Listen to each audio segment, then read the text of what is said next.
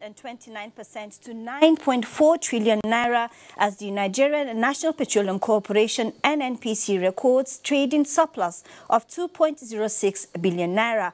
Plus, ECOWAS Commission and the Africa Development Bank signed a $22.7 million grant retrocession grant. Global stocks draft as dollar advances and iron ore rises. I am Amina Nujaim and this is Business Express. Welcome.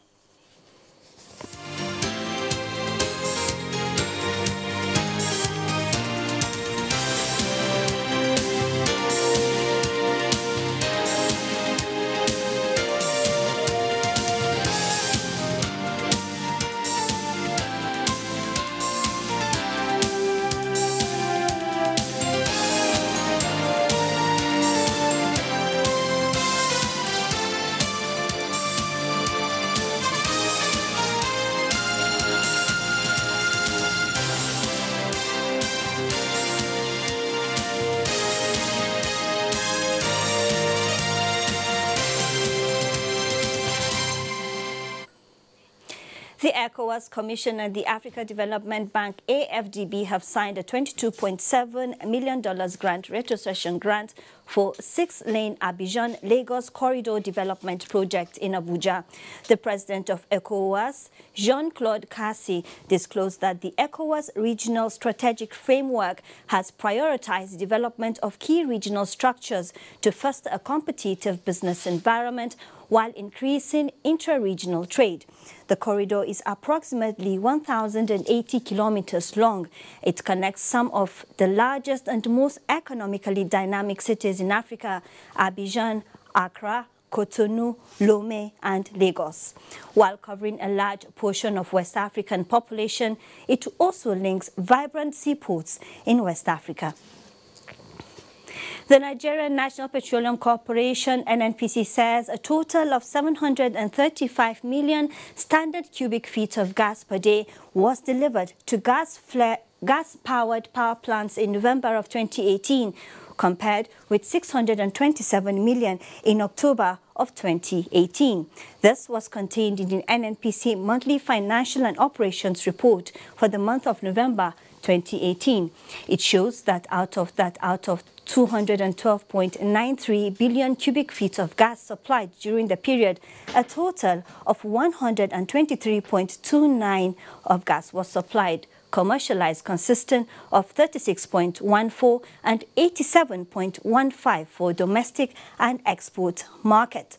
The release, signed by the Group General Manager Public Affairs Division, Mr. Undu Ngamadu, said this translated to a total supply of 1.204 billion standard cubic feet of gas to domestic market and 2.905 billion cubic feet of gas supplied to the export market for the month, implying that 57.91% of the average daily gas produced was commercialized, while the balance of 42.09% was reinjected, used as upstream fuel gas or FLET. In a related development, Nigeria's oil revenue went up by 129% to 9.4 trillion naira in 2018, buoyed by increased crude oil price. According to economic report for the fourth quarter of 2018, released by the Central Bank of Nigeria, CBN, the total oil revenue rose 129% to 9.4 trillion naira in 2018 from 4.1 trillion naira in 2017. Non-oil gas revenue also rose by 21% to 3.1 trillion naira from 3.2 trillion naira in 2017. Consequently, oil revenue accounted for 71% of total federally collected revenue, which rose by 82% to 13.3 trillion naira in 2018 from 7.3 trillion naira in 2017. However, total federally collected revenue fell 4.8% to 2.4 trillion naira in fourth quarter of 2018 due to decline in non-oil revenue. The change agenda of APC-led administration came under scrutiny as stakeholders converged on Abuja to assess the impact of the policies on the social well-being of Nigerians. Chimaobi Walter Anaji was at the National Policy and Development Summit, where speakers affirmed the positive changes witnessed in different sectors of the nation and filed in this report. Seated in this hall are participants drawn from various walks of life, brought together by the Office of the Senior Special Assistant to the President on Policy Development and Analysis to x-ray the scorecard of the present administration's policies and developments. Some of those who reviewed the programs highlighted the Anchor Borrower Scheme, Green Alternative, and the Economic Recovery and Growth Plan of the federal government as key strategies that have brought about a revolution in different sectors of the economy. Once there is policy sincerity, once there is consistent maintenance of a policy principle, all things will fall into place. And I like to say that NASAL is the testimony to consistency and faithfulness in policy design and policy implementation. And we hope to do more. The summit has as its objectives to create awareness and understanding among the people, policymakers, and international community on government efforts to solve the nation's problems. Despite these challenges which the government inherited, the government had always been reminded by its promise for change. A change that people yearned for, and a change that it must continue to deliver. With the lessons learned in the policy reformation of the present administration, it is expected that with the re-election of President Muhammadu Buhari for another 4-year term, this agenda will come to fruition. In Abuja, Chimaobi Walter Anaji. Seated in this hall are participants drawn from various walks of life, brought together by the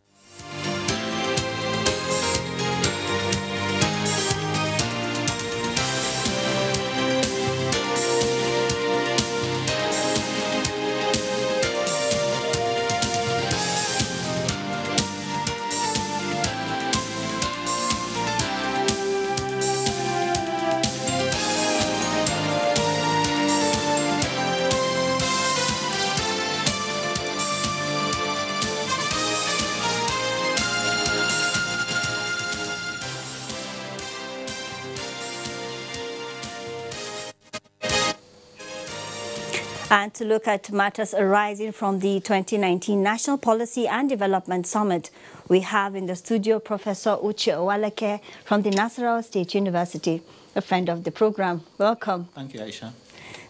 We also have Dr. Ronnie Ajao. She is a public sector consultant based in the United Kingdom. Welcome to Business Express. Thank you so much. Thank you for having me. Dr. Uche, you were at the summit. What would be your biggest takeaway?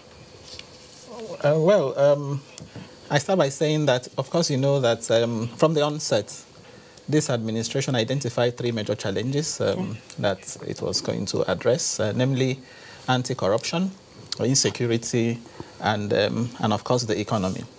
And what actually came out from that summit is that with regard to these 3, a lot of achievements have been made, and that there is need for these achievements to be communicated to not only to Nigerians, but also to the international community, at least to change their perception, of Nigeria. You recall that not too long ago, one Raila Odinga, from Kenya, made a joke about the high rate of corruption in Nigeria, and that's, of course, talking from a position of ignorance of the current state of things. So it's important that this is communicated not just to Nigerians but to the international community. But the whole takeaway from that summit boils down to the fact that yes, some good foundation has been laid, but it's still work in progress. A lot still more can be achieved. Now, the summit focused on the economic journey of Nigeria so far.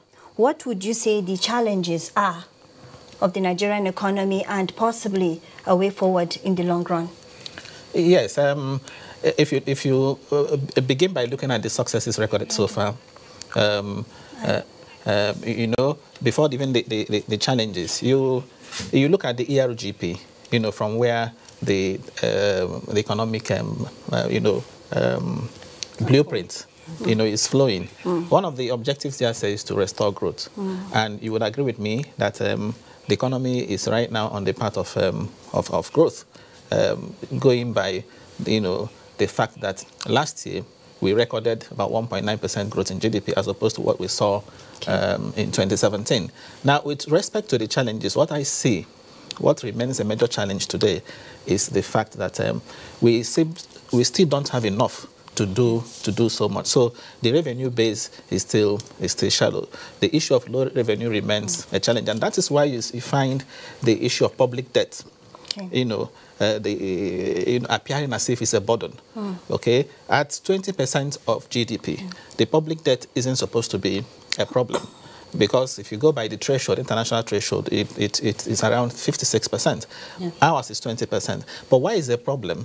It's because of the low revenue base. Because debt service to revenue ratio is as high as 67%. So that for me is the major challenge that we are still confronted with. So the way forward is to see how we can ramp up our revenue efforts to ensure that that's not a problem. Okay. Dr. Ronnie, I see you shaking your head. Absolutely. What would you add to what he has said? Well, I think Professor's actually outlined a lot of key issues and factors. And I think with regards to increasing our revenue, there are lots of opportunities that I think we can approach. For instance, in Nigeria, we've got a percentage of about 70% of our population that are under the age of 35. That's huge. And in relation to that figure, at least 78% of that, based on 2017, are unemployed. So what can we do? So we've got a high unemployment youth rate, and it's maximising the youths to generate the economy. And I know currently there are some policies. Empower is one, to give an example, what we're doing in the agricultural sector. How would you assess the Empower project, for instance? The Empower project, actually, it's laudable, absolutely. And it's getting youths in the right direction. Okay. We've had lots of positive feedback with regards to those that have actually been engaged in the programme. Today we have well over 500,000 youths engaged in Empower, so that's fantastic. And what I was actually going to suggest is, at the moment, STEM, because we want to make sure that our economy is ready for the future. STEM, science, technology, is very important. So we have a percentage of infrastructure deficit, which is significant in terms of our GDP. Normally, the ratio at the moment is 30%, and Professor can correct me here. So what I'm saying is that we could have a similar process like that that we've done for Empower for the infrastructure. So what I'm saying is using the youth to actually increase our infrastructure development in Nigeria. That will, number one, reduce unemployment. Number two, improve our infrastructural development, and also grow revenue within the country at the same time. Why is Nigeria then deficits, the STEM? Why is it different? I think this relates to our educational policies, and I think that's one of the good things about what we had yesterday. In terms of our educational policies, what we need to do is improve the focus we have. So we really need to look at our national curricula and change it to make sure that it meets the requirements of the 21st century. So what I'm saying we should do is increase science, technology within the colleges and within schools across the nation. Absolutely. There is a huge need for us to improve education. And whilst I preach, it's not one of the key priorities of government in terms of the three focus areas. I think it should be one that they should definitely look to improve it. Okay, talking about improvement, Professor Owaleke, the projected growth for Nigeria by the World Bank is 2.2, then IMF says 2%, meanwhile federal government is saying 3.01. Yeah. Yes. So, arriving at these numbers, what are the parameters? Of course, that of the World Bank and the IMF, you rightly mentioned, the World Bank is projecting 2.2%. In June, I recall that in June last year, their projection was actually 2.1. So just recently, the World Bank, thought that there was reason to increase it to 2.2, and that's mainly on the back of expected bright outlook in the oil price. So the World Bank thinks that oil price, will not crash. This is a country that depends so much on oil.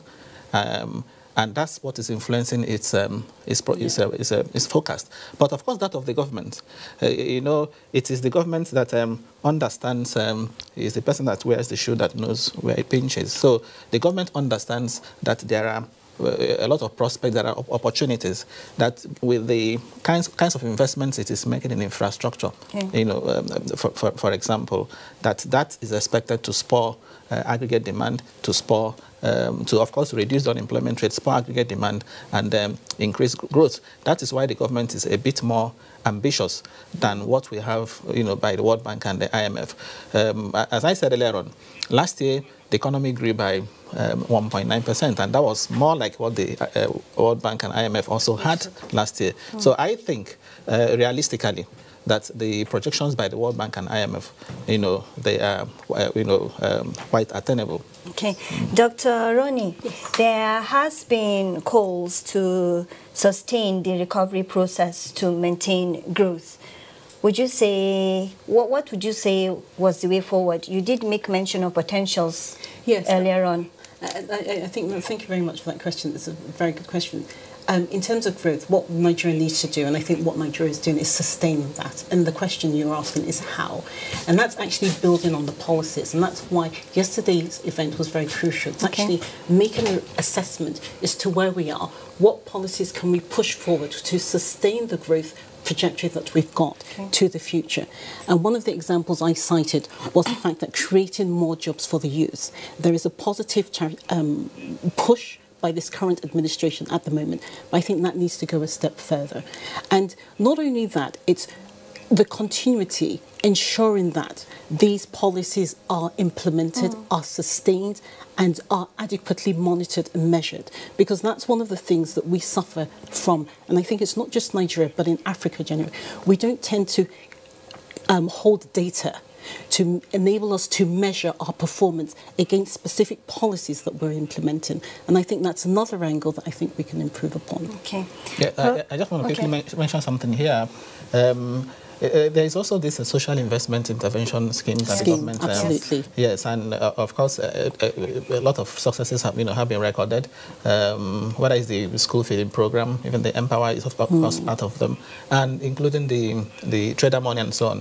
The point I want to make is this: yes, the government is desirous in ensuring that credit gets to the real sector, and that that way to unemployment can be reduced. But in doing so, we should also be conscious not to duplicate efforts. Yes. At the moment, there are talks to establish Trader Money Bank, Entrepreneur Bank. We already have the Bank of Agriculture, we have the Bank of Industry, and the Central Bank is talking about also establishing National Microfinance Bank. In my view, all these are, trying to duplicate, we are trying to duplicate efforts. And if you recall, in the past, the Bank of Industry, in 2001, was a fusion of so many of such banks. We had the Nigerian Bank of Commerce and Industry. We had the Nigerian Industrial Development Bank. We had NEFOND. All of them came together to form the Bank of Industry. The point I'm making is important we consolidate these efforts, such that we don't, duplicate them, and at the end, the objective is not achieved. So going forward, that is what you should be thinking of. Okay, in all of this, it's talking about revenue. Now, looking at Nigeria's revenue drive vis-a-vis the expectations for the 2019 budget, what would you say? Yes. If you look at the 2019 budget, it's still tilting more towards, oil revenue. Okay. But of course, that's not to say that efforts are not being made to ramp up non-oil revenue. If you also recall, there was a time even the FIRS said that their target for 2019, is going to move from 5.3 to 8.3 in 2019. And that's at that event yesterday too, the chairman of the chairman of the event, this federal the people in charge of federal allocation, committee, he was also there, to provide facts and figures about the sources of revenue and how those revenues will be shared. So yes, non-oil revenue is bound to increase in 2019, okay. And that is also that should be the focus, so that we don't continue to depend on oil revenue in case anything happens to the to the oil price, which we don't pray for. Dr. Ronnie, now in closing, 2019, adding more to what he has said. Go ahead. What would your projections be for 2019? Well, I think the economy will definitely grow. It will strengthen. If we look at some of the internally generated revenue, for instance, even within various institutions, and I'm using the educational sector, JAM, for instance, because of the way they've restructured the organisation, in terms of revenue, they've actually plugged a lot of the holes. In 2015, revenue from JAM was about 15 million, if you equate that to US dollars. But yet in 2017, it was well over $500 million. So what I'm saying is that the internal, to add to what Professor has said, internally, in the changes that are making with regards to various institutions, that again is strengthening the revenue with regards to what Nigeria is producing. So looking at other sectors, the agricultural sector, the mineral sectors, and so many other diverse sectors, it's diversifying. Hollywood, Nollywood is another example whereby that again is generating so much revenue for the country. And so Nigeria is definitely on a positive trajectory. What we should do is to continue pushing these policies, continue designing, developing, and ensuring these policies are sustained for the next positive prospects for 2019. Yes, Aisha, I was referring to the Revenue Mobilization and Fiscal Commission, the chairman. Okay. Yes. Dr. Ronnie Ajao, a public sector consultant. A pleasure having you on the program. Thank you. Professor Uche Owaleke from Nasarawa State University, thank you for joining us again today. You're welcome too. Thank you. It's a pleasure. Thank you very much. Thank you for having me. You are still watching Business Express on the network service of the Nigerian Television Authority. Now, moving on, the Ministry of Mines and Steel Development is putting in efforts to ensure the rapid recovery of more solid mineral resources in the country. This was demonstrated as more equipment is now available to realize this goal. Mia Ogidi reports. Prospecting for either solid mineral resources or potable water underground can sometimes be an exercise in futility if the right equipment are not applied. Gathered here are members of the geological family, courtesy of the Ministry of Mines and Steel Development and the Guideline Geo, to train practicing geologists on the workings of a restivity system for the prospecting of solid mineral resources in Nigeria. In mineral exploration, this will help us to locate the position of the mineral deposit within the subsurface. And apart from that, we also help us to quantify. We can know the vertical and lateral spread of such mineral deposits. And that will help us, one, to reduce the time wastage, two, to reduce the amount of money and resources deployed into wide cast drilling. Because use it for water search, that's a very common application, but we also have engineering applications such as looking for the depth to bedrock and determining how strong the bedrock might be if we were wanting to build on it, or perhaps needing to dig it out and take it away. The 2 days training is purely a practical one.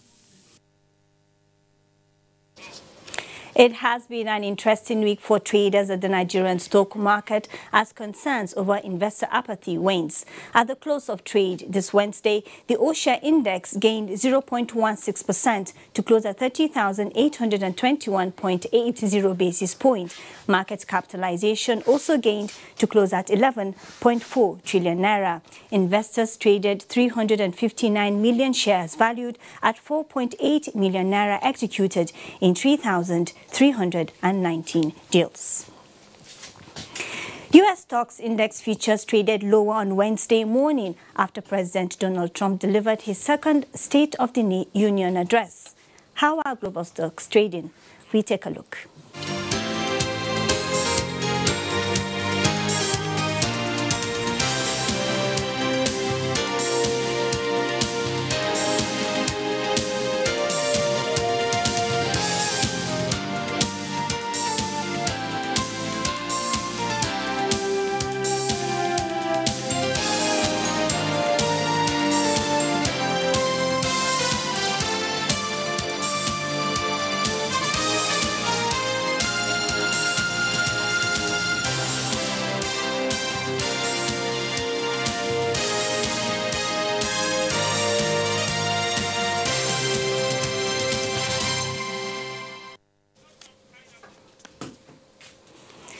We drop the anchor at this point. Do join us same time Friday as we bring to you more developments in the economy. In the meantime, keep talking and thinking business. I am Amina Nujain.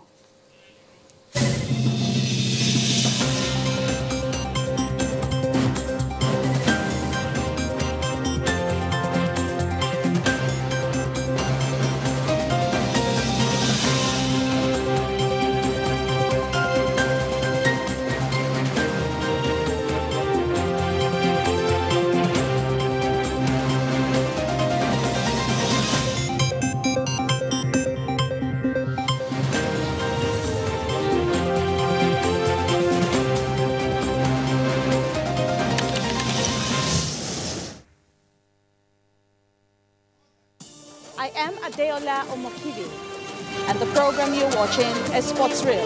Keep a date with us. Fans, they don't understand the rules or the laws of the game. Hello and welcome to that program of yours on the NTA Sports Channel, Knowing Golf. And thanks for joining us on another edition of Sports Guest on the NTA. My name is Kenem Emma Abodike. Welcome indeed to Saturday Sports Arena on the NTA Sports 24. It would not be if you continue to just have these vague means of saying these are the yardsticks I want to use. League Service, a program designed to bring you up to speed with happenings in Nigerian football leagues.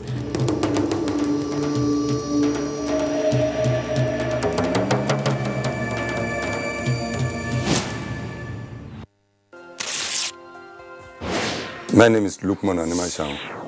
I'm a former worker of ex-Nigeria Limited. In 2004, former President Obasanjo liquidated the airline, and since then we've been waiting for benefits. But in 2015, when President Muhammadu Buhari came in, he promised to pay us, and today I'm happy that 5,996 members of ex-workers of Nigeria are receiving their money. I'm also a beneficiary. The good thing about what President Buhari did is that he promised that the over 800 people that died in the process of waiting for this money, their next of kin will be paid. And as I'm talking to you, they have been paid.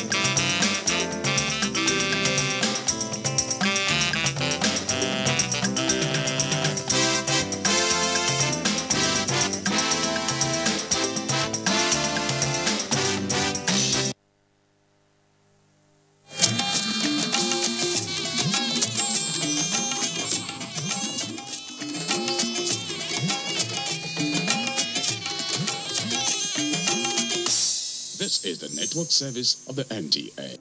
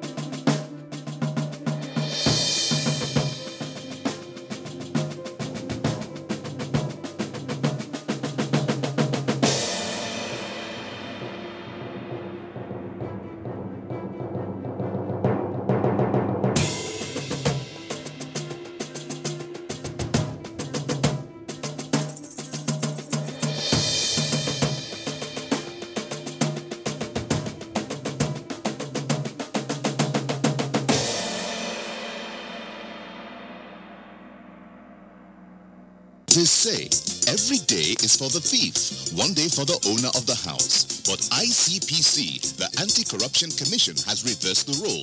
It is now every day for the owner of the house. If you're involved in bribery, over-invoicing, or any shady deal, the day of reckoning has come. ICPC, the Anti-Corruption Commission, is watching you. If you're reported for any corrupt practice, you'll be investigated, prosecuted, and punished. Corruption is harmful to our nation. Join the campaign against it by reporting any corrupt practice to ICPC, the Anti-Corruption Commission. Let we join hands with ICPC, make them better. Let's make Nigeria great again. ICPC, they want you. Come on, hand for corruption. Break the chain of corruption now. Don't give, don't take. This message is brought to you by ICPC, the Anti-Corruption Commission. It is a known fact that corruption is presently one of Nigeria's most daunting challenges. Some of its effects include insecurity, poverty, unemployment, high level of crime, brain drain, inadequate infrastructure, youth restiveness, and so on. Its effects are manifested in every facet of our life as a nation. However, for ICPC to successfully execute its mandate, it requires conducive working environment, modern equipment, necessary personnel, and adequate budgetary allocation from the government. Our focus for today is on legislative oversight function and the fight against corruption. Welcome to Corruption Must Go, ICPC's weekly television program.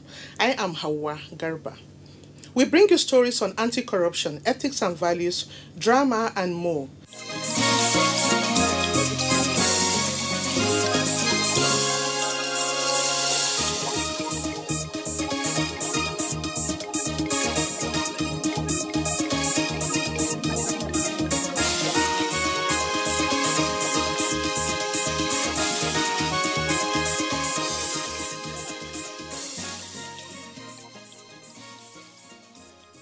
Welcome to this segment on anti-corruption stories. I am Ruth Awudi.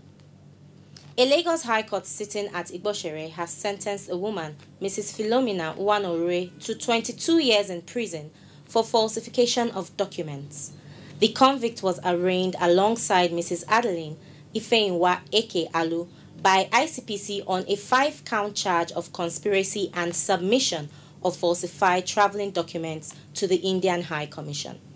The judge, on the other hand, found Mrs. Uwanorue guilty on all the counts but requested to know from ICPC prosecutors Mr. Kabir Elelu and Mrs. Yvonne William Mbata as to whether she had any previous record of conviction. Responding, the prosecution team cleared her of any previous wrongdoing, prompting the convict's counsel, Mr. Chris Obiaka, to request the court to temper justice with mercy considering the health condition of his client, which was why she needed to travel to India. The judge then sentenced Mrs. Uwanorue on each of 4 counts to 5 years imprisonment and 2 years on the 5th count, noting that punishments are given to ensure that Nigeria is a country with law-abiding citizens. The sentences are to run concurrently.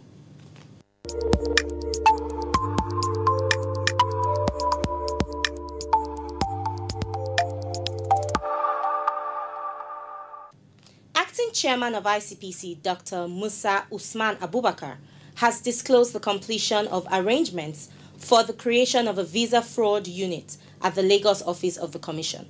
Dr. Abubakar made this disclosure at the ICPC headquarters recently while making remarks during the 2018 send-off ceremony in honor of retirees of the Commission.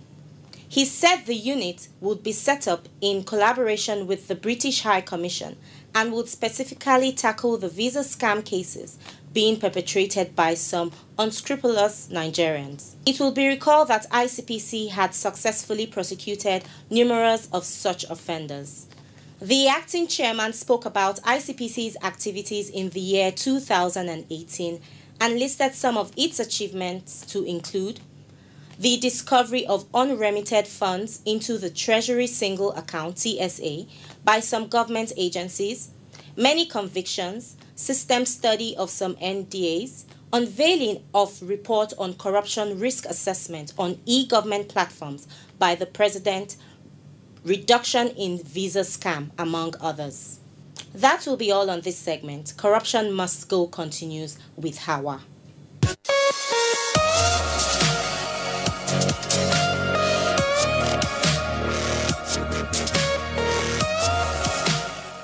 If you are just tuning in, this is Corruption Must Go. Section 88 of the Nigeria Constitution confers powers on the National Assembly to carry out oversight duties for the purpose of enthroning accountability, responsible governance, rule of law, and transparency in the management of the nation's resources.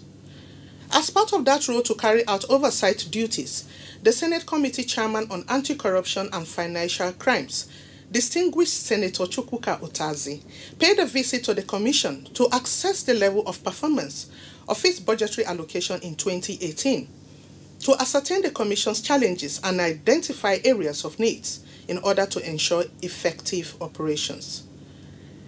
While in the Commission, Senator Utazi gave some insights on the efforts the legislature is making to help strengthen the nation's anti-corruption agencies so as to successfully combat corruption. So we have come to an end to this oversight meant for value for money, examination. You look at budget performance for 2018. We have looked at this, and there are areas we have, all the areas where we have pinpointed, while the discussion lasted. I want all the follow-ups to these issues, provide such information to our office so that we process it. After listening to the acting chairman of the commission, Dr. Musa Usman Abubakar, who presented the scorecard and some achievements of the commission in 2018, Senator Utazi promised to cause the Senate to expedite action on the proposed amendment of the Corrupt Practices and Other Related Offences Act 2000. He also promised to include an amendment in the proposal that would allow the Commission retain some percentage of its recoveries in order to strengthen the Commission financially. This is part of the reasons, part of the things we are going to do, amendment of the Act. Okay. Just like we are doing for AFCC, a retention of a certain percentage, so that you can do something. You see, so just note it, we are going to propose amendment, just like we are doing for AFCC. You have to get certain percentages so that you do your job. Let's say certain percentage you can do basic things, buy a vehicle. Why should vehicle be an issue of buying a vehicle? You can do a high purchase, pick up to 5 vehicles. Once you are generating income, you certain percentage you'll be paying. And you have the vehicles and you do your job. That's the way it should be done. During the oversight visit, Senator Utazi, accompanied by ICPC acting chairman and some management staff, took a tour of the Commission's detention center, interrogation room, forensic laboratory, and other facilities within the premises of the headquarters.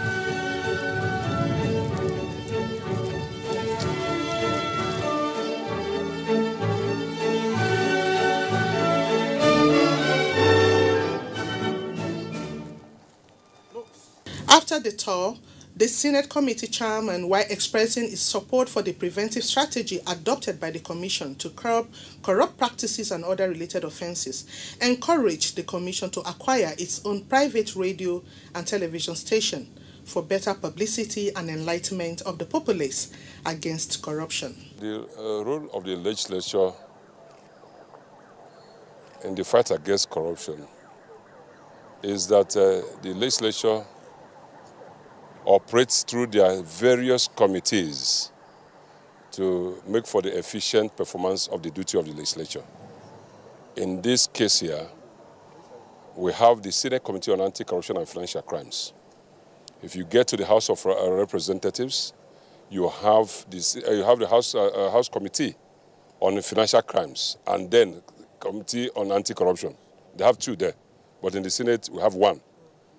You know, and the duty of these committees is to ensure that we follow the laws laid down, the electoral laws guiding the operation of the anti-graft agencies. And I mean the 2000 Act of ICPC and the 2003 Act, a supplement of EFCC. And that new one, the Financial Intelligence Unit, that is now on its own.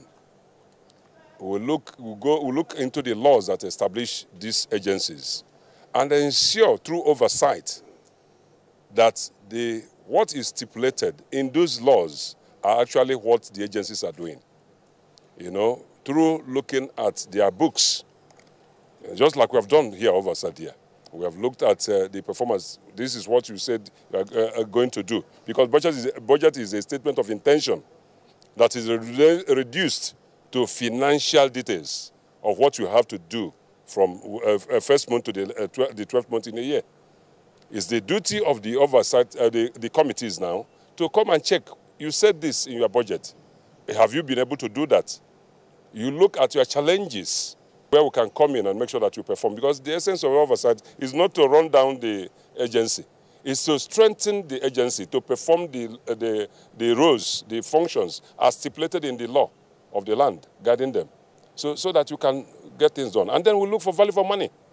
If we put a budget, we reduce everything in the financial year, that this is the amount of money you want for personnel costs. Look, this is what you look for capital. It's our duty to come and check whether your output at the end of the day. That's why I said you should have your own television. How much does it take to have a television? How much does it take to have a radio by ICPC? Of their own. You know, you go in other countries, small countries there, you have traffic radio. You have this. How much does it take to do a radio? You know, last time, the last budget cycle they came, I said, I told the FCC and all that, to do their thing. They have to go and have their radio. You need to have a radio. If you don't have one, you join it. Two of you join together, have a television, radio house, where you will be discussing on a daily basis. That is what UNCAC said. But here, we are chasing after cases that are already done, instead of the prevention. That's the main issue. You know, you don't prevent through your actions. You know? So this is very, very important. These are the back of the issue we want to do here. The issue is prevention. You don't put the processes that put everybody on check. So that the people, in our usual natural self, we want to do the wrong thing.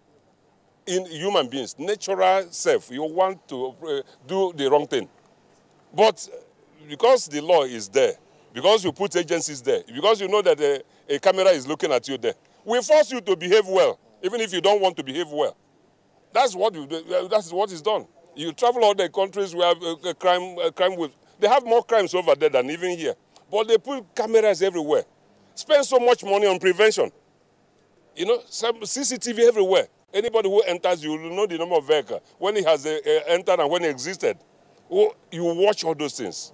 It's prevention. So that's what we want you to be doing. That's what all the anti-graft agencies. More time on this, not just blowing on the television, showing so much money that you've recovered, abusing the sensibilities of children.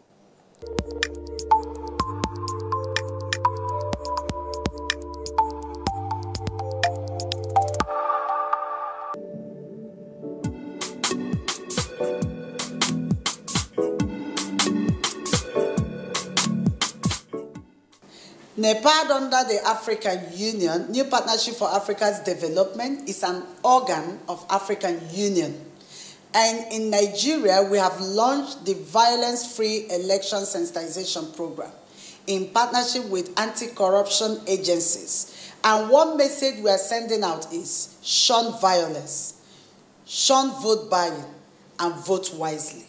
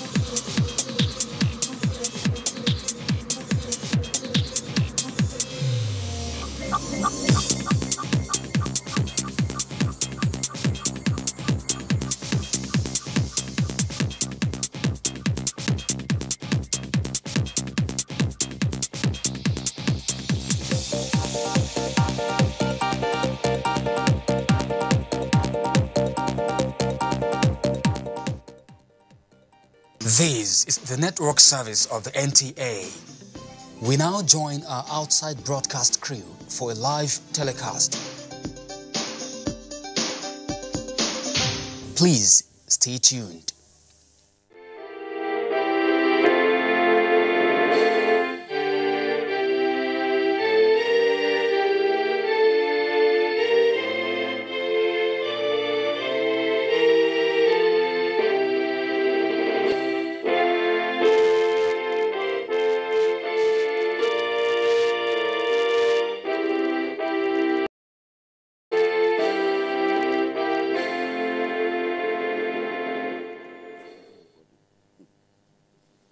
A very good afternoon to you, and welcome back to Lafia, the capital of Nasarawa State.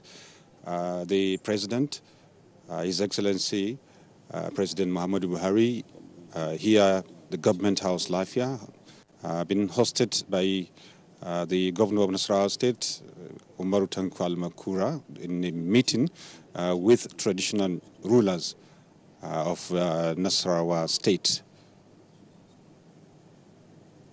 You're welcome to Lafia once more, and this is live transmission from Shandam Road, Government House, Lafia, which is the venue.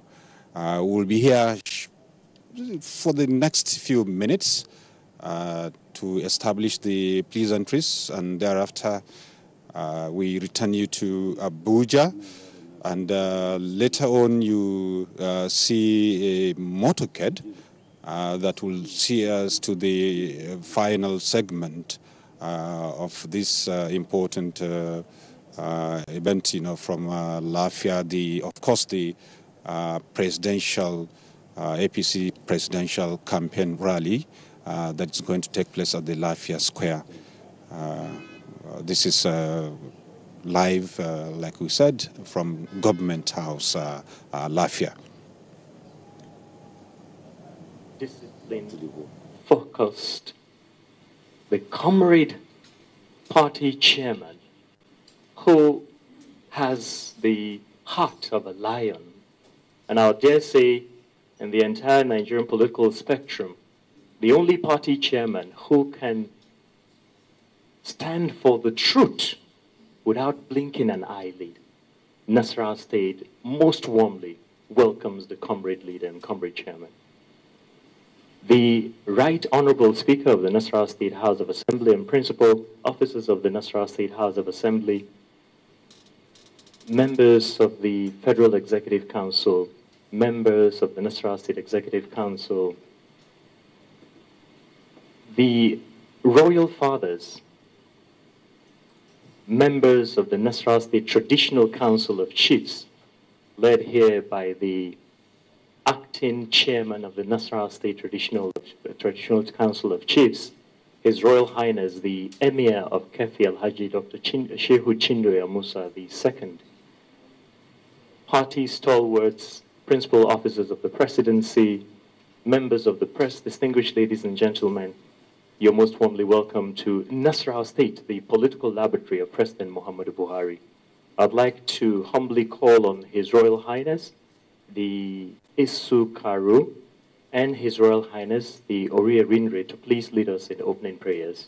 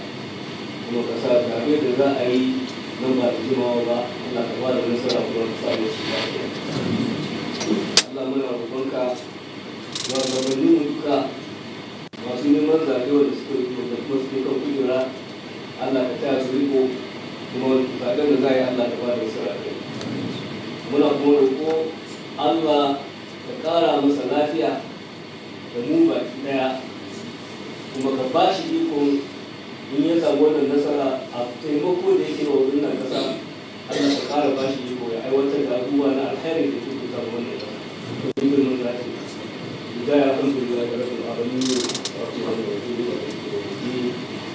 da ya kana mu da ya ga sai da sama da shi da wasu wani an tare da sai da shi da mu da to bara na ci su ke da sanar da wata da ya ga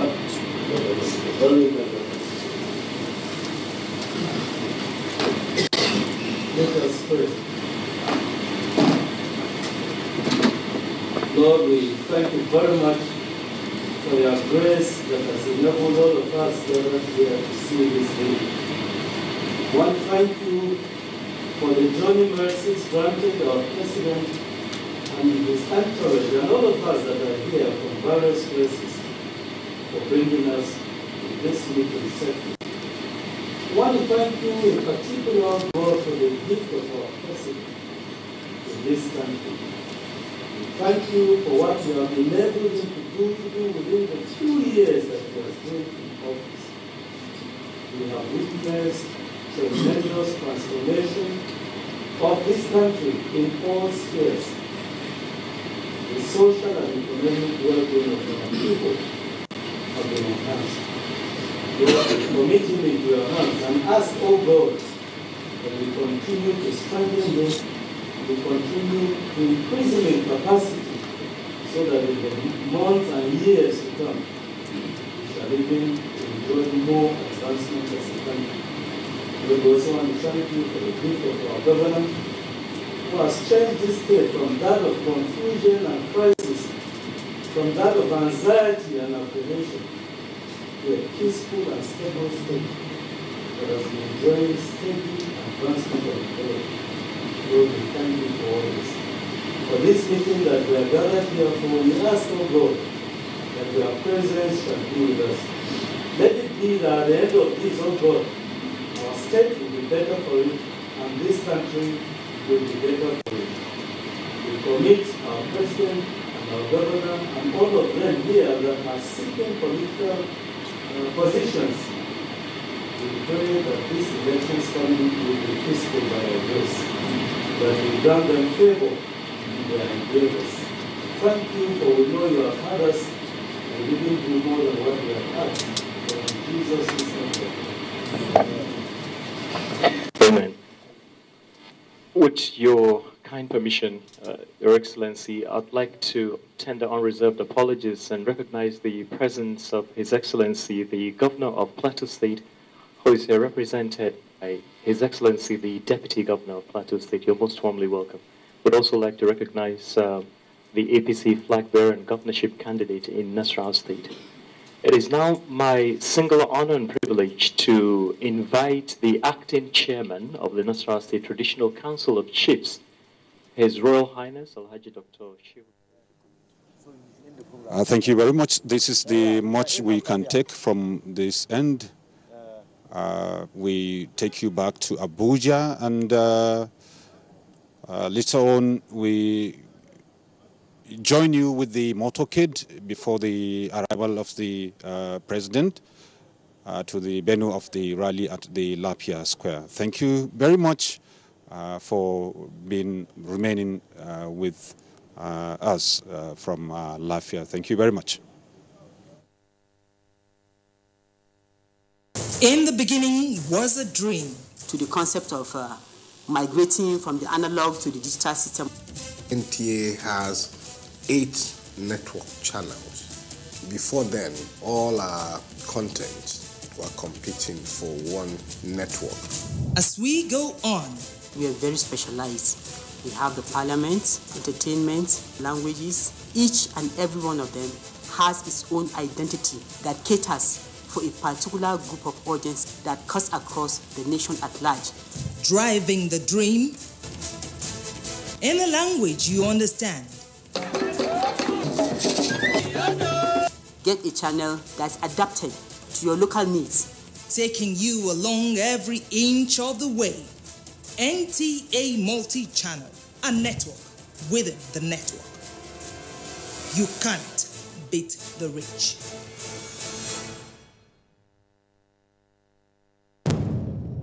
Information is power. Everyone wants power. So feel powerful with the NTA News mobile app, the one-stop information center. Real news at your fingertip. Be the first to report by uploading first-hand information on the You Report link. And be the first to know by simply clicking on any of the links on the sidebar for headlines, domestic and foreign news, economy, security, politics, sports, and more. Stream live on your smartphone and tablets and stay connected. It's pretty easy. Simply download NTA News app from your Google Play Store and you're good to go. NTA News mobile app, your access to real-time information. My name is Matthew Ojioko. I am the president of Association of Retired War-Affected Police Officers who were in eastern Nigeria before the outbreak of the Civil War. In 2000, the federal government granted us amnesty and retired all those of us who were originally dismissed. From 2007, we started appealing to respective governments of the Federation to retire us according to the terms of the amnesty. And for 10 years, we were fighting without anybody listening to us. It took the president a very short time to decide that we deserve justice. 2017, they started paying these benefits. We owe this to President Muhammadu Buhari, who graciously granted us this favor.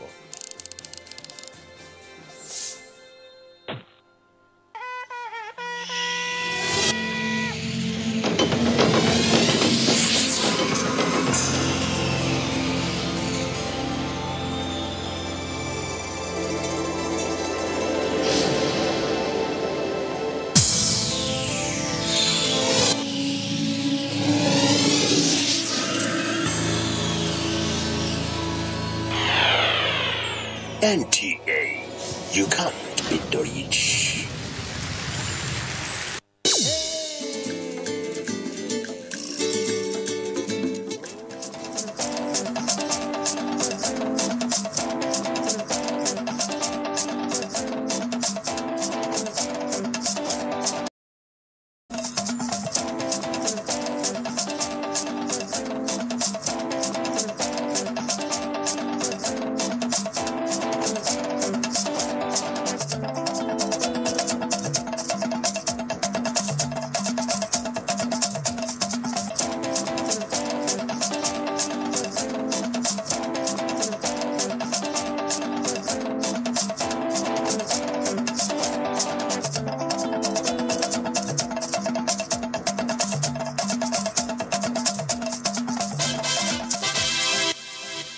Hello and many thanks for joining us on Nationwide live on the network service of the NTA. I'm Ian Ray John. Welcome. The All Progressives Congress presidential campaign train was in Makada, the Benue State capital, in continuation of its nationwide campaign.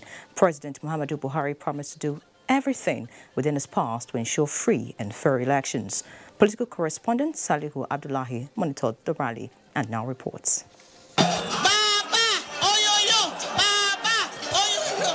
According to the INEC statistics of prospective registered voters ahead of the 2019 elections, North Central Geopolitical Zone has over 13 million voters, representing 15.91%. Benue State, like other 5 states in the North Central Zone, is significant to its desire for success in the forthcoming polls. Impressed by the reception given to the campaign team, APC stalwarts appreciated Nigeria's diversity, which should be embraced to promote a peaceful and united Nigeria so as to fast-track the desired development in line with leadership agenda of President Muhammadu Buhari. Nations do not get developed because their leaders wallow in self-pity. Nations develop when leaders create ideas to deal with challenges that confront humanity from day to day. And that is why today I have not come to lament the failure of the current governor. I have come with a message of hope that with Jimmy as the next governor, salary will be paid as and when due. We'll have a wonderful relationship with the Fulanese. We have no problems with the Fulanese. I was governor of Benue State for 8 years. We didn't have any problem at all. We value our relationship. In this complex federation, relationships must subsist. We are for you that by the grace of God, Mr. President, you will see wonders. If we gave you 70%, by the grace of God, we are already improving. Expect us along 80 and 90%. And that is how we will join you to the next level.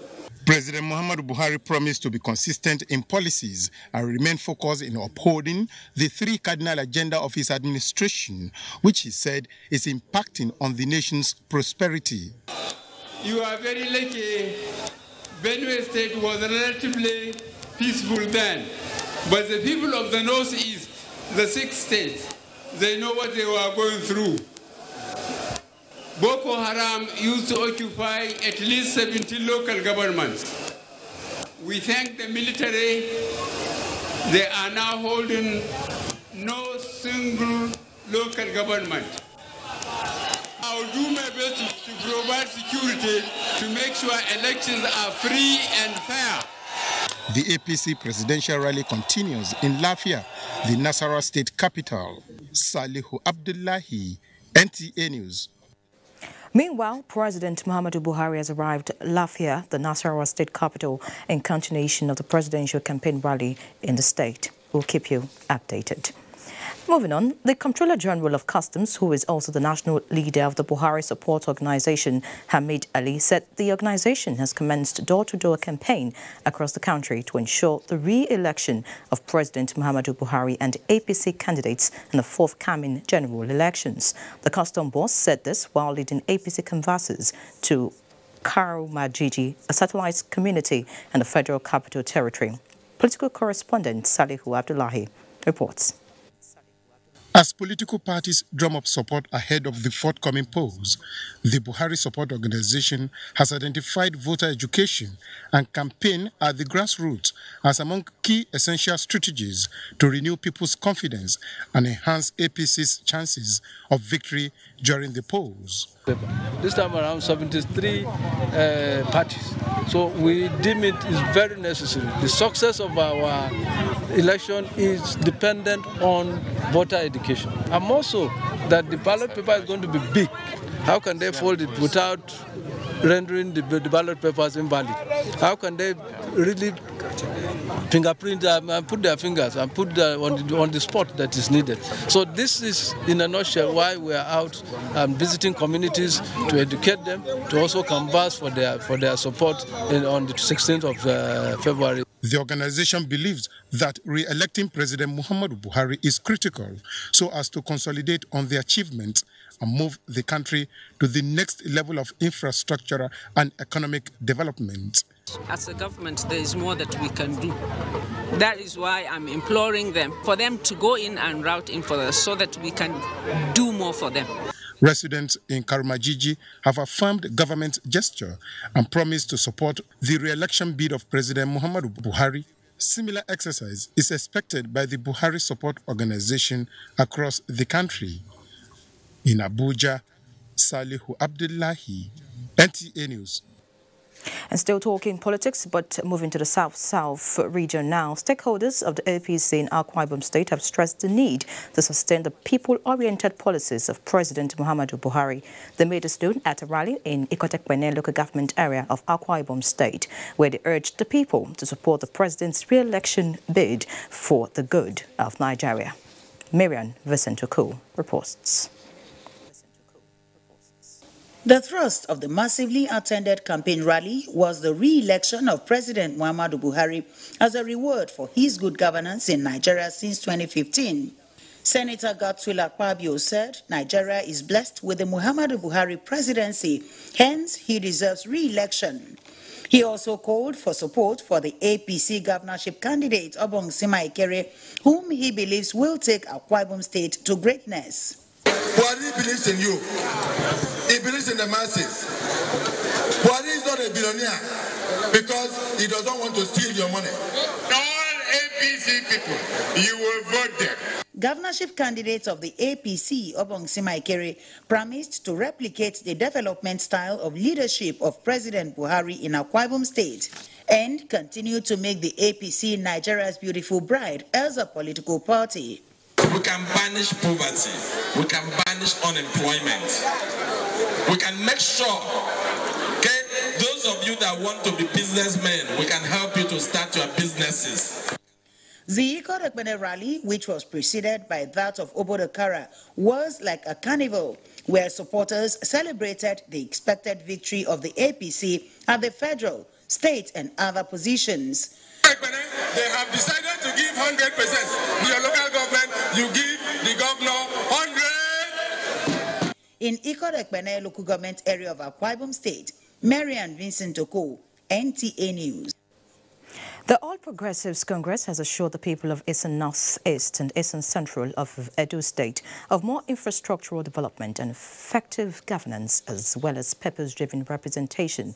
This was when Governor Godwin Obaseki led the party stalwarts to a mega rally in Uromi and Irua, respectively. Good luck, Inaini reports. At the local government council field, venue of the rally at Uromi, supporters of the party turned out in their numbers in clear solidarity with the party.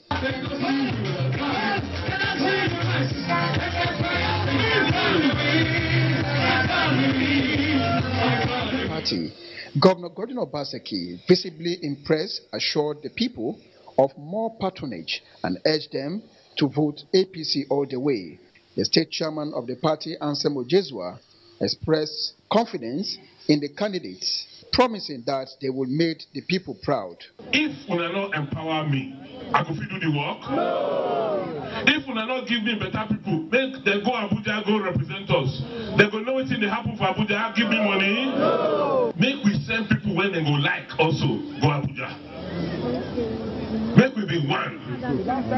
Edo is one. If we must have representatives in Abuja to support our president, then you must come out and vote. Not only you, but you, your neighbors, your friends, your family. Everybody must come out. At Irua, the party received new members as over 3,000 defectors joined APC. Governor Obaseki and party stewards charged members to work for victory in the forthcoming elections. The governor disclosed that a considerable number of roads in the area had been contracted out for construction. The party's candidates vying in various positions assured the people of effective representation.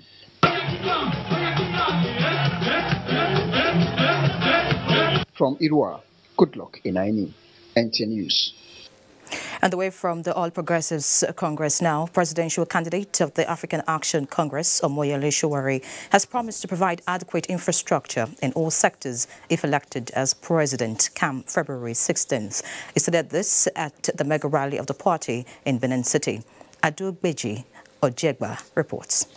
The presidential candidate, Omoyele Sowore, said agriculture and infrastructural development occupies a pride of place in his manifestos. We will give you 24/7 electricity in our lifetime. Before you clap for me, I am promising to deliver it in less than 2.5 years. And that will hook up over 40 million homes from generation to transmission and distribution. The Edo State chairman of the African Action Congress, AAC, Dr. Greg Okobo, said they are hopeful of their candidate's victory come February 16. Omoyele has made the platform available for everybody to come on board so that we can add our own quota to our country, so that we can be part of leadership. Some upcoming artists were on hand to entertain the supporters.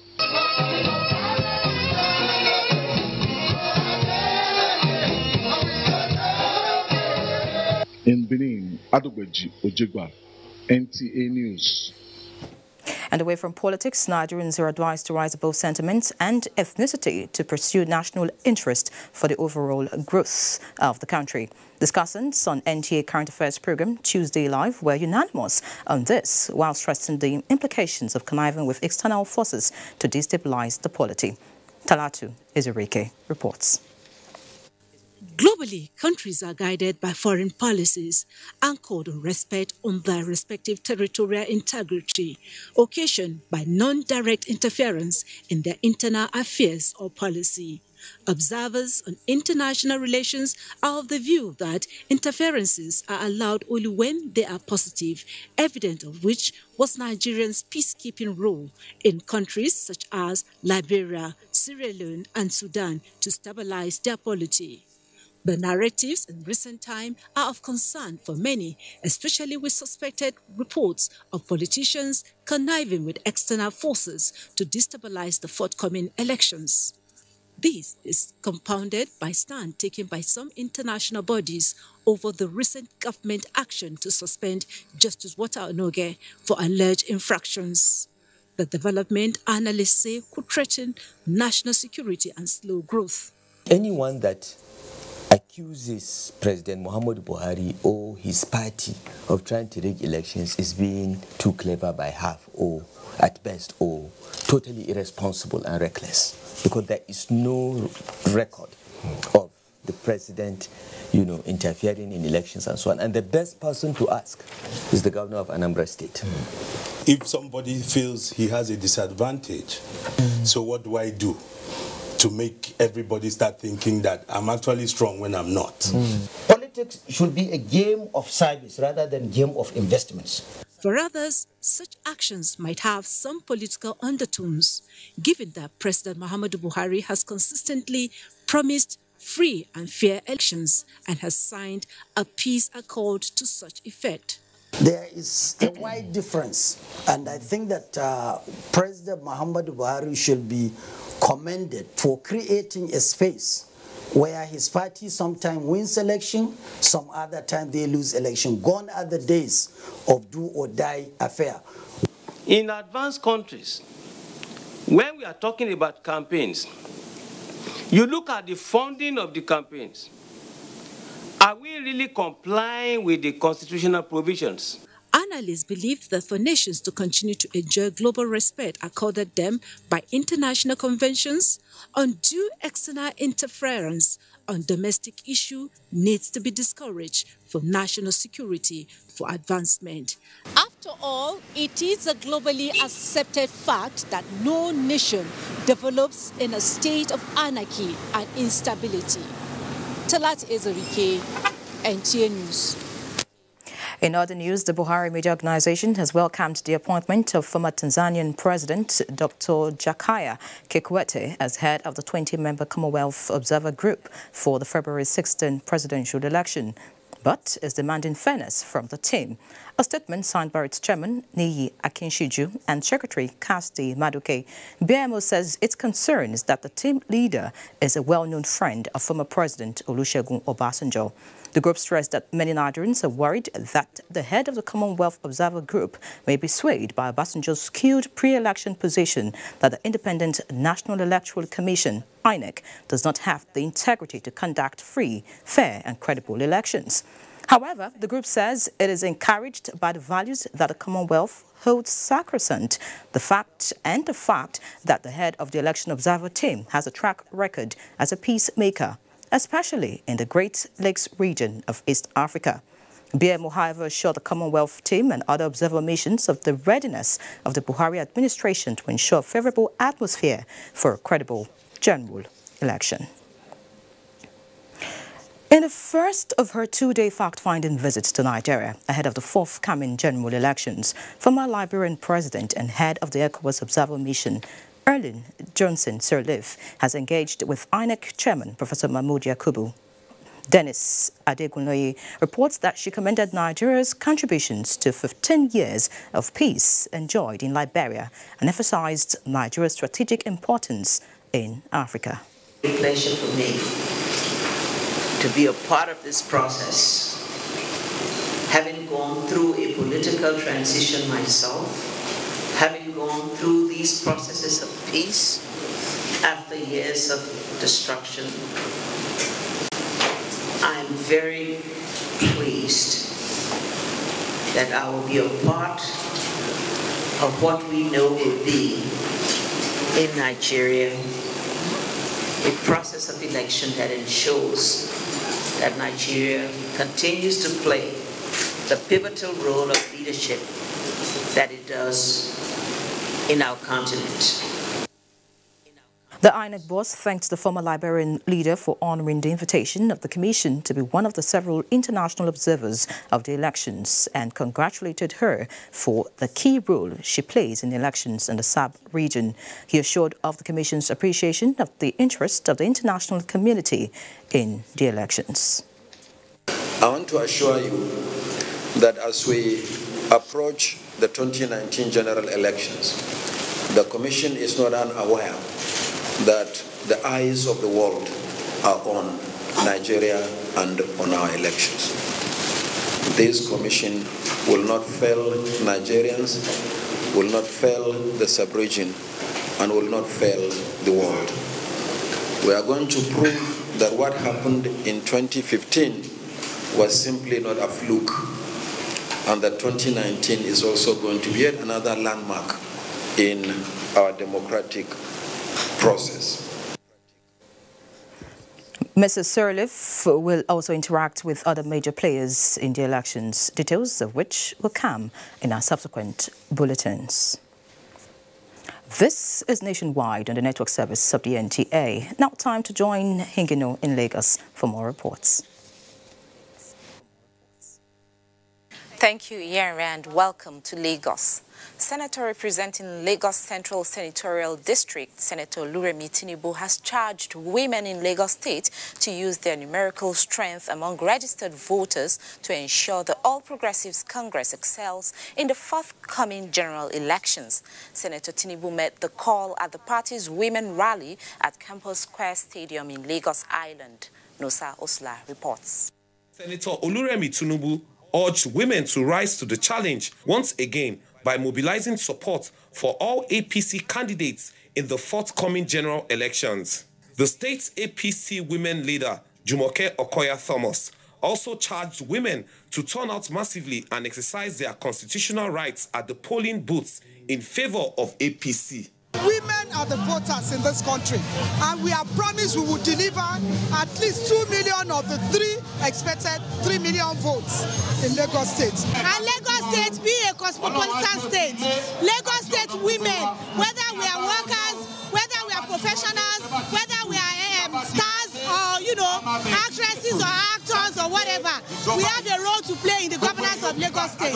Lagos State APC governorship candidate Babajide Sanwo-Olu assured women of active participation in politics if given the mandates. And all the indices have shown that when you empower a woman, you not only empower a family, you actually empower a nation. And we need to bring away all of this criticism, all of the little things we talk. We need to remove it and give them their rightful position in all spheres of life. Women were urged to get involved in politics so they could occupy more elective positions in the country. In Lagos, Nosa Osula, NTA News. Cancer is no respecter of person, regardless of age and social status. It is not surprising that the scourge is on the increase. The theme for this year's World Cancer Day is I Am and I Will. Staff of NTA Lagos Network Center had the opportunity for free screening. According to the World Health Organization, about 24.6 million people live with cancer worldwide, and 12.5% of all deaths are attributed to the disease, making it one of the leading causes of death globally.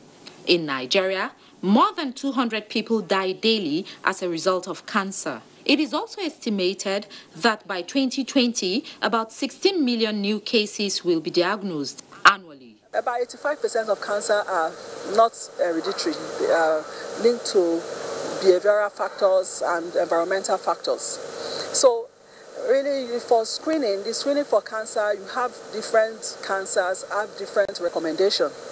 If you do not check regularly, you will not be able to know that you have a cancer that is actually coming up.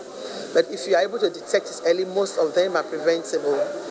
Meanwhile, the management of NTA has taken the fight against cancer to its doorstep by collaborating with Pink Cruise to offer free screening to its staff and residents of Victoria Island. Some beneficiaries speak. I've done all my tests and everything is okay. We have been given that opportunity free to know our status, our health status. I want to advise everybody out there, if you've not tried this out, please do it for yourself. It is good. Cancer does not rest. That is why people should act by attacking it today. In Lagos, joint registration and regulation of medicines produced locally or imported into the African region will improve access to quality medicines and ensure better regulatory oversight. This was the submission of participants at the end of the steering committee meeting of the West African Medicines Regulatory Harmonization Project in Lagos. Joy Ken Abakboya has detail.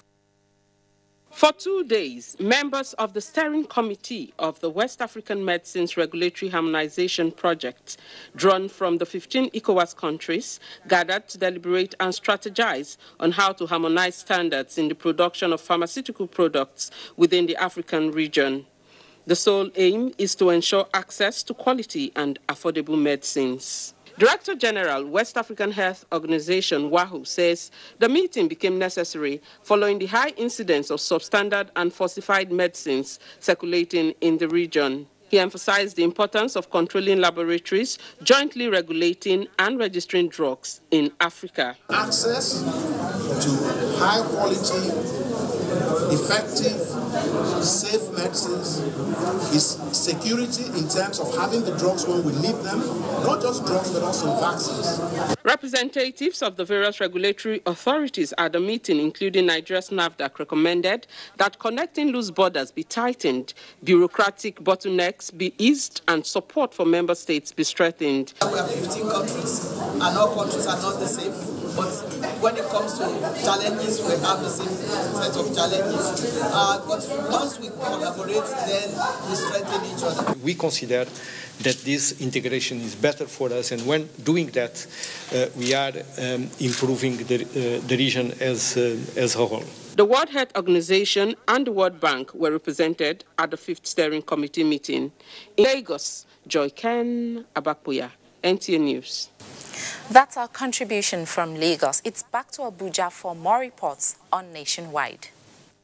Many thanks, Hingino. And stay with health matters. Health ministers, commissioners and other key individuals in the health sector are meeting to chart a new course in tackling the high prevalence rate of HIV and tuberculosis in the country.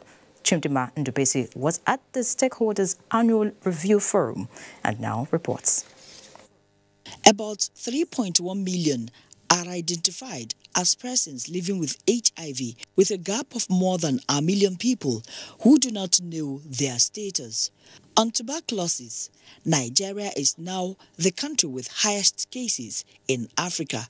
So far, identification and treatment rate of these diseases across the country is low, with few health facilities catering for health needs of those affected.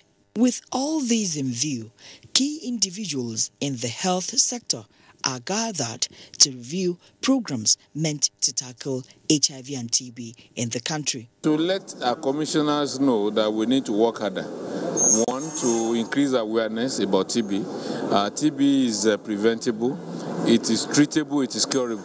The states do more to commit resources, rehabilitate their hospitals and facilities, revitalize primary health care, and let people get tested. The government provided resources for us to buy drugs, 394 gene expert machines in 318 local governments. The national target is to diagnose and place on treatment 90% of persons living with HIV, as well as successfully treat more than 1 million cases of TB by 2022 and 2030. In Abuja, Chimdima Ndubisi, NTA News. Many thanks, Chundima. And away from health, the federal government has expressed concern over the inability of Cameroonian authorities to allow 35,000 displaced persons from Ran community in Borno State entry into Cameroon to seek refuge. This was revealed at a press briefing in Maiduguri during donation of relief items to the IDPs by the National Commission for Refugees, Migrants and Internally Displaced Persons. Amina Fidi Amadou reports.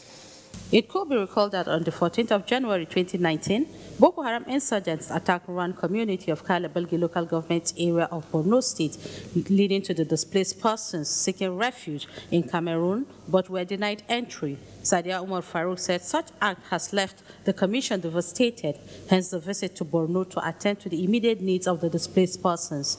The federal commissioner, while quoting a section of the 1951 UN Convention, urged the Cameroonian authority to rescind its decision and take necessary steps to support the displaced persons. We have taken the most appropriate one by intimating the Federal Ministry of Foreign Affairs to call the Cameroonian authorities for a talk. It is a convention which the government of Cameroon has signed, so we expect them to respect the principles of that convention. Sadia Umar Farouk recalled that over 40,000 Cameroonian refugees were allowed into Nigeria since October 2017, adding that the Commission provided support to them where they are camped in Cross River, Benue, Akwa Ibom, Taraba states, and the FCT. Items presented to support the displaced persons include large consignment of rice, maize, millet, beans, and soya beans, cooking oil, tomato paste, sugar, and blankets. The items have been presented to the Borno State government for distribution to the affected persons through the chairman, Borno State Emergency Management Agency, Yaba Okolo. In Maiduguri, Amina Fidi Amadou, NTA News. This is Africa's largest television network. Nationwide returns after this quick break. Do stay. Hate speech is not a joke. It incites genocide and crimes against humanity. Most of Africa's civil wars are caused by hate speech from one tribe against another. We don't want it here.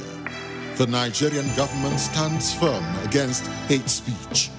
Under no conditions whatsoever should we tolerate or excuse or justify hate speech or hateful conduct of any kind, especially where such is illegal. There's no doubt that the resurgent push for separatism, as well as the rising cases of ethnic and religious disharmony, are all traceable to the growing phenomenon of hate speech. One nation bound in freedom, peace and unity. Nigeria, one nation, one people. This is a public service announcement brought to you by NTA. Man, people, make we make the right choice, yo. Make we vote for a man of integrity. Hey, and so make we gather together and make this change. Work, my people of Nigeria. Together we go carry Nigeria to the next level. Nigeria don't decide. Vote Baba Buhari. Baba Buhari, the man of integrity. Hey, vote Baba Buhari. Man, we no corrupt, we no go chop our money. Hey. Agriculture, the next level. Fight corruption, the next level. Good roads, to the next level. Electricity, to the next level. Railway, the next level. Empower, the next level. With that money, for good health we go. Baba Buhari, my people, for the next level. APC, next level. Naija people, make we all come out to vote Baba Buhari. This message is from Buhari Next Level Group. I have seen these young Africans prosper, from some who didn't even know what to do with their lives until they got the 5,000 seed capital for Tony Elumelu Foundation, and the mentorship and the training, that gladdens my heart. I saw this ad about the Tony Elumelu Foundation. I applied. That was the pivotal moment. Africa Fashion Week London just came after I participated in the Tony Elumelu Foundation entrepreneurship program. Tony Elumelu, grâce à sa fondation, permet de donner une boussole à tous les entrepreneurs de cette fondation. Our role is not only to empower young Africans directly, we should be a voice, advocate, catalyst for economic empowerment of Africa. The future of Africa is in your hands. Become a Tony Elumelu entrepreneur.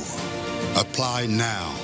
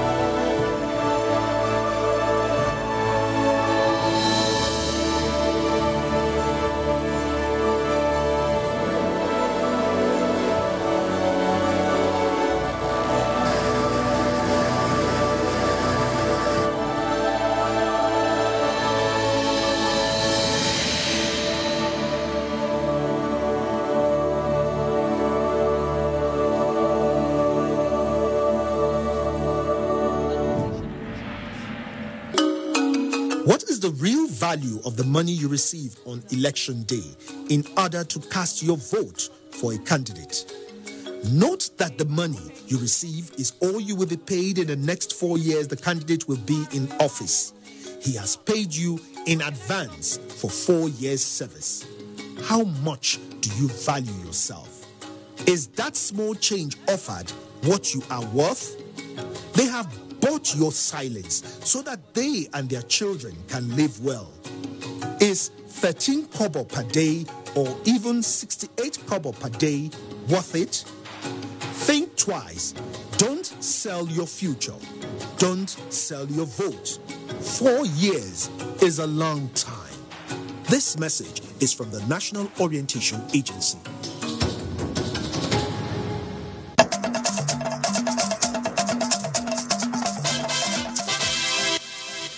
Glad to have you back.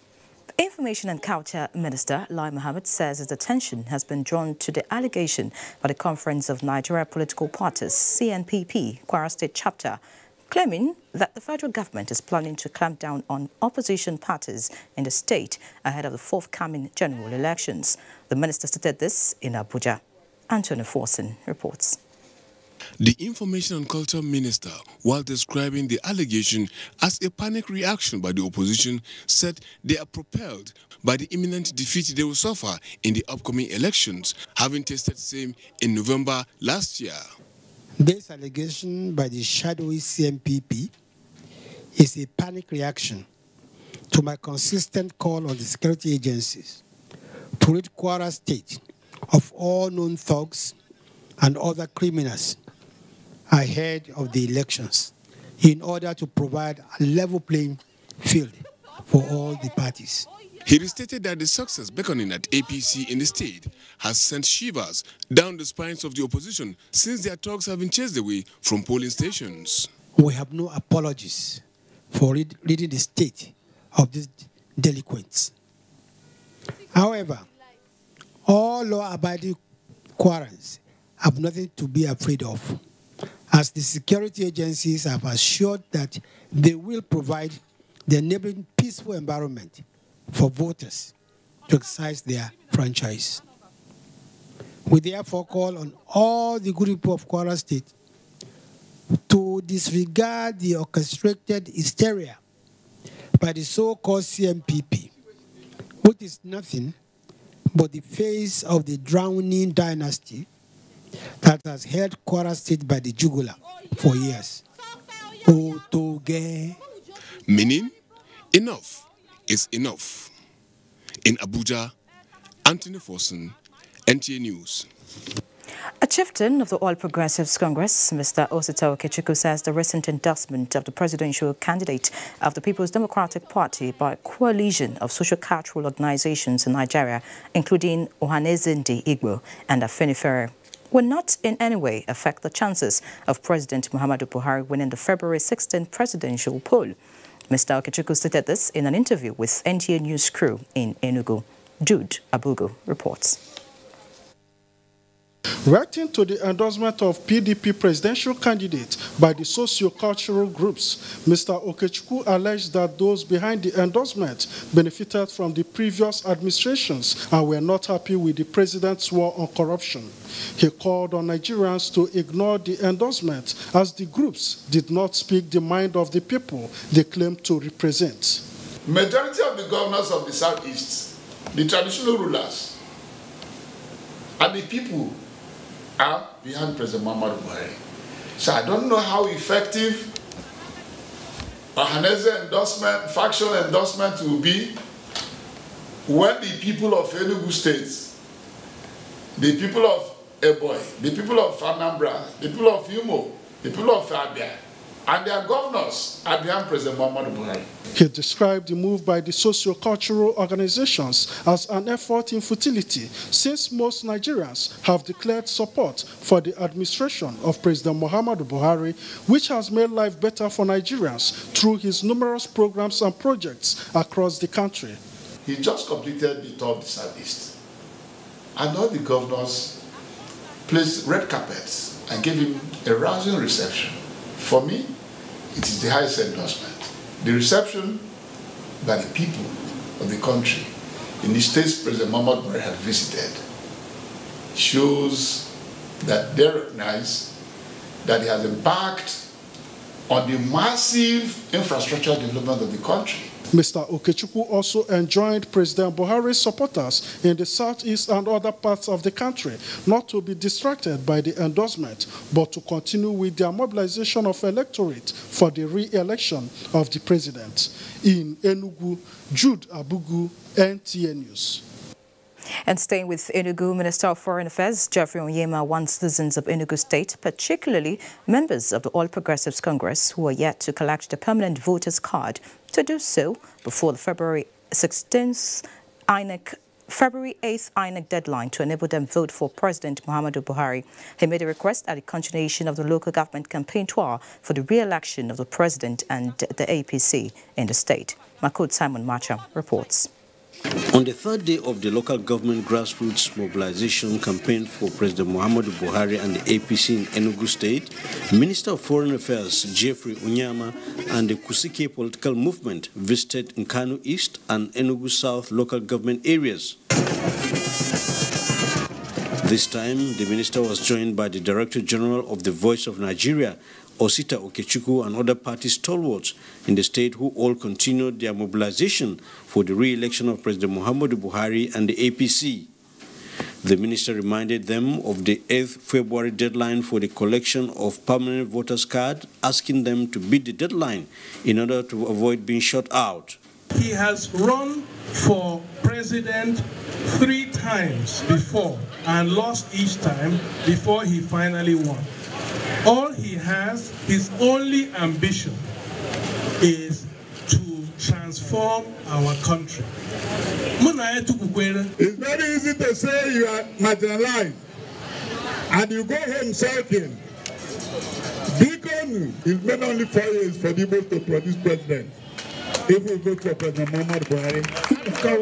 Earlier, members of the Buhari Youth Support Group for the state were inaugurated by the Southeast Coordinator Youth Contact Mobilization, Ude Adolphus, in an event witnessed by the Foreign Affairs Minister, Geoffrey Onyema. In Enugu, Makut Simon Machan, NTA News. It's now time to take a trip to Port Harcourt, where the Babari is standing by with more reports. Hello.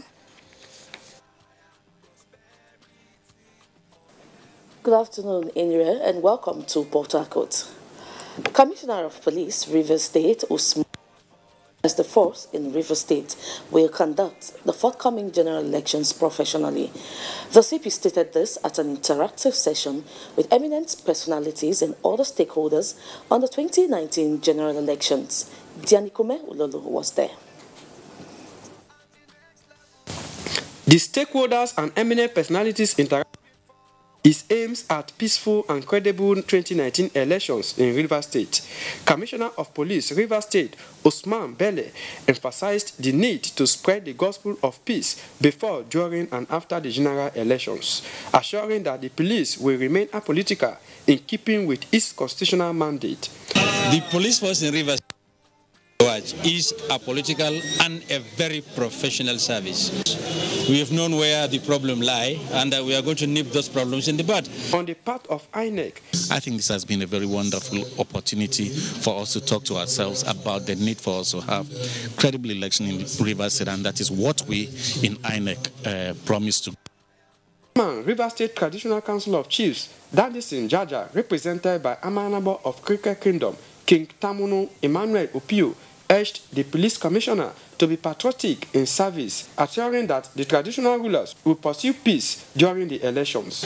We will do whatever it takes to ensure that there is peace, so that our youth will not engage in violence. The stakeholders meeting had in attendance candidates of various political parties in River State, non-governmental organizations, and sister paramilitary agencies in Port Harcourt. Dianukume Ulolu, NTA News. Many thanks, Dibaburi. We sincerely apologize. That's the much you can take on nationwide today. Now time to move over to Nasarawa State, Lafia in particular, where Hamza Rakarfe is standing by for the live coverage of the APC presidential rally.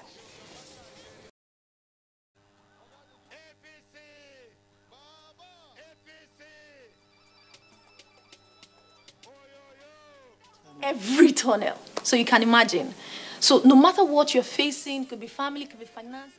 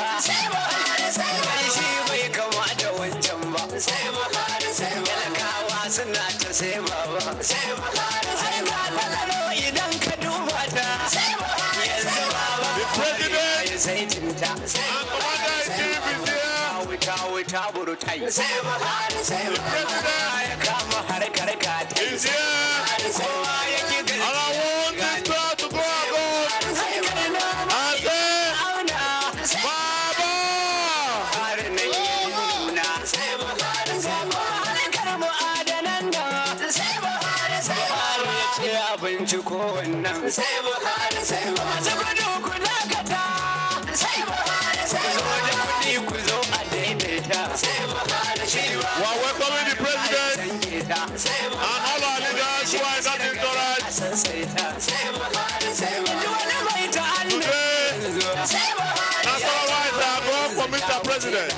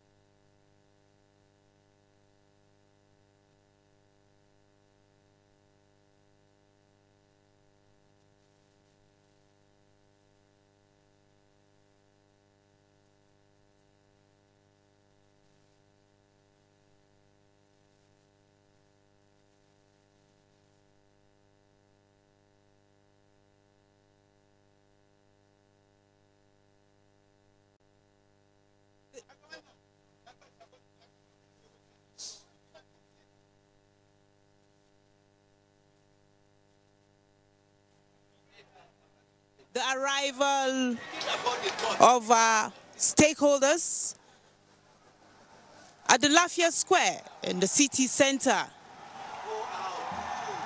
The visit that Nasarawa people describes as a homecoming for Mr. President.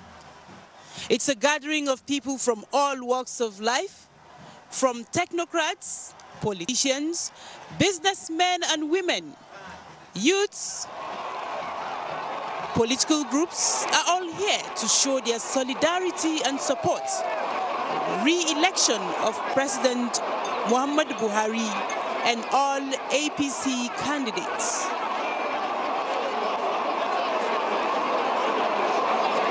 I am Tessie Omeri on the commentary.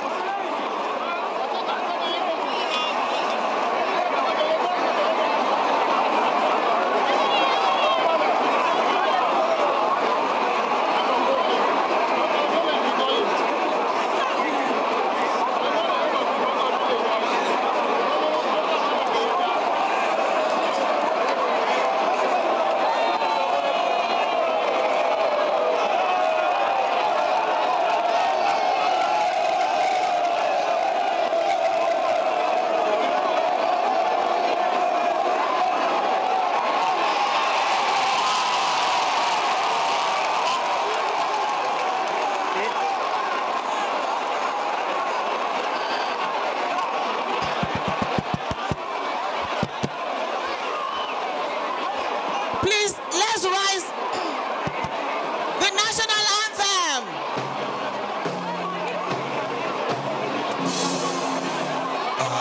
Arise, Nigeria's call obey to serve our fatherland with love and strength and faith. The labor of our heroes thus shall never be in vain.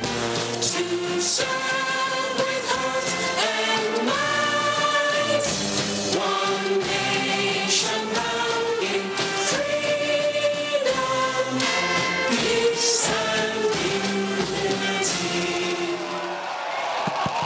Nigeria! APC! APC! Matasan jihar Nasarawa APC! Nigeria! Nigeria! Nigeria! Nasarawa! Mai girma shugaban ƙasa, za mu gayyaci shugaban jam'iyya na jihar Nasarawa, Honorable Phillips Shako, ya zo ya ba da takaitaccen jawabi. State Honorable Philip, please, very quick remarks.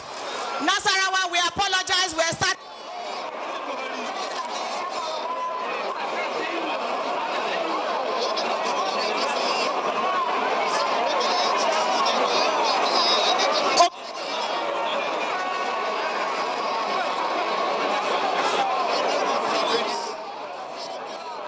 Campaign rally for the re-election of President Muhammadu Buhari and all APC candidates. Right about now, the APC State Chairman, Phillips Tatari Sheko, will give the opening remarks. The supporters are in high spirits, all excited to receive Mr. President.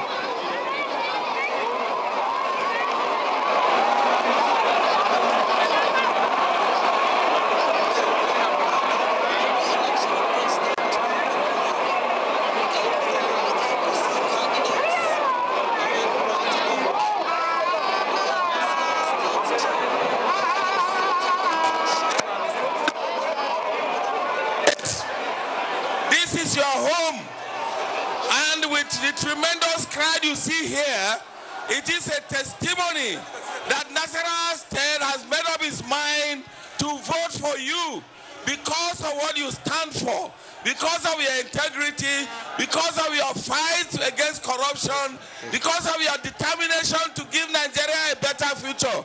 So we assure you, sir, that Nasarawa State is going to give you over 80% vote here. So you are welcome, sir. Nigeria! Nigeria! Nigeria! Nasarawa! Nasarawa! Tomungode. Thank you very much. We now call on our leader, Senator Abdullahi Adamu, Turakin Kefi. Mr. President, Nasarawa can't get enough of you. You can see the crowd. Senator Adamu, please come forward and address us. Senator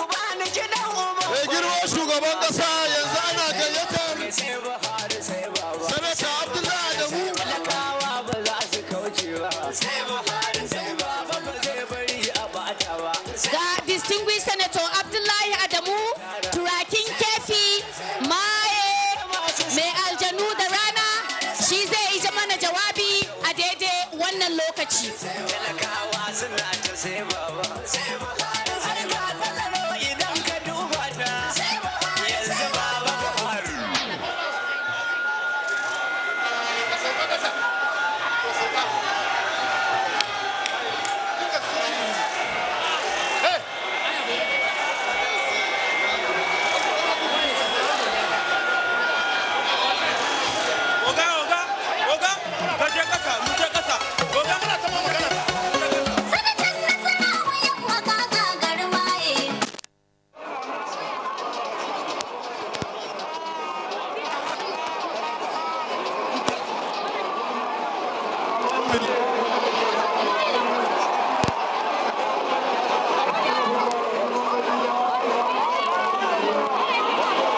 Bismillahirrahmanirrahim.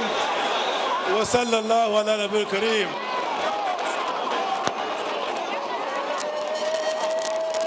APC.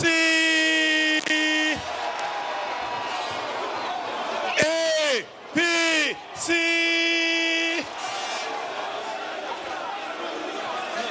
Nigeria. Bamujiba, Nigeria. 4 plus 4. 4 plus 4. Nasarawa State. Nasarawa State.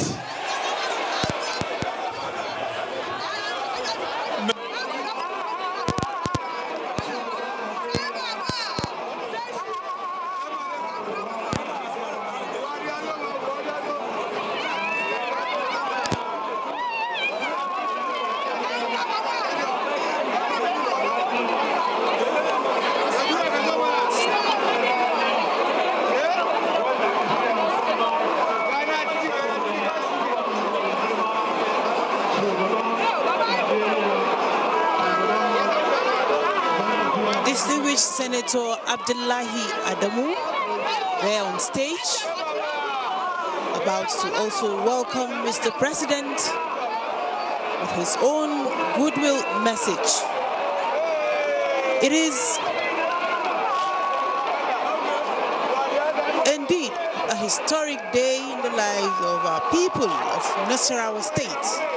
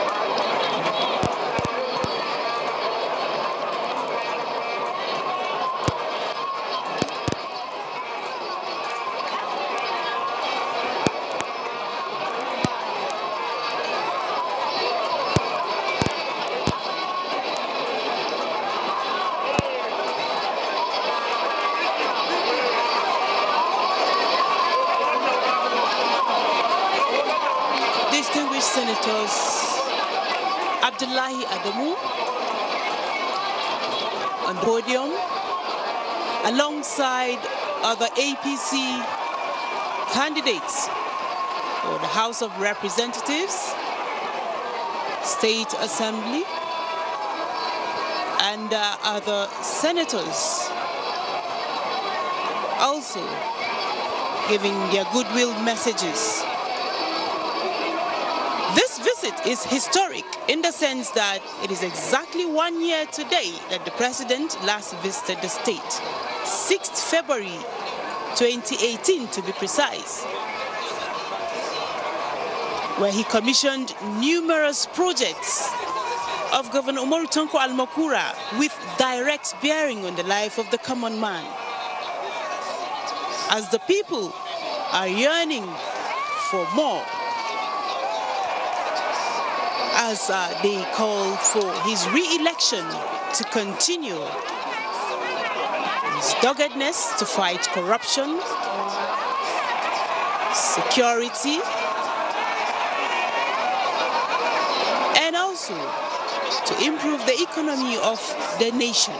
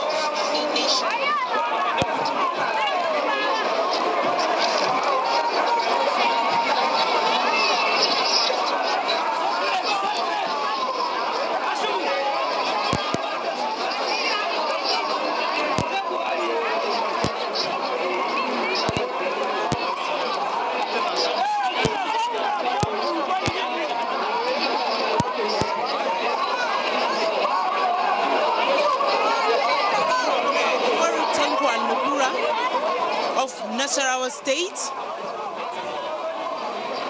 which alongside his deputy, Honorable Silas Ali Agara,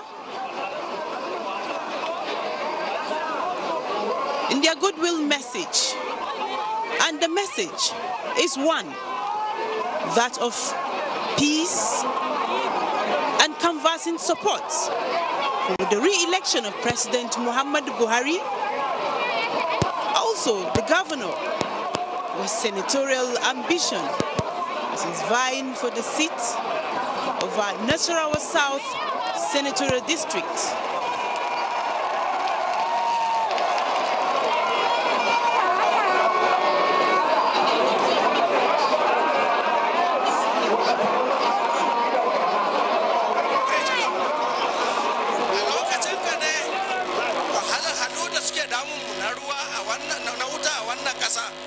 da ba mu samu wuta mai dorewa ka zo ka sa an yi 330 kV yanzu gashi nan a kurba an gama nan da yan kwanaki kadan zaka yake saboda haka mutanen na samu muna godiya don wannan wuta da ka ba mu sai mun kai shekara da shekaru ba ma sake wani tunani na maganar wuta. Mutanen na samu muna maka godiya shugaba lokacin da aka samu damuwa watan 2 da shekara da ya wuce ka zo ka sa jami'an tsaro suka zo na sama da ƙasa da 'yan sanda.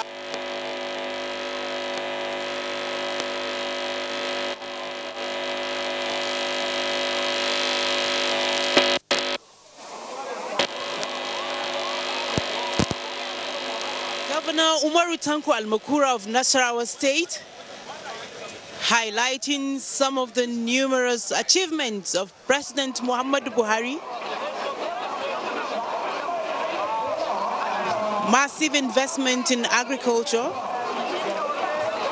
One of such is the Anchors Borrowers Program, aimed at improving local produce. Also talking about the social investment programs with the NPA, the JEEP, and the homegrown school feeding program, all in place, aimed at empowering women youth, and giving school children the necessary environment, the necessary nutrient to develop properly. Steady one, steady, steady.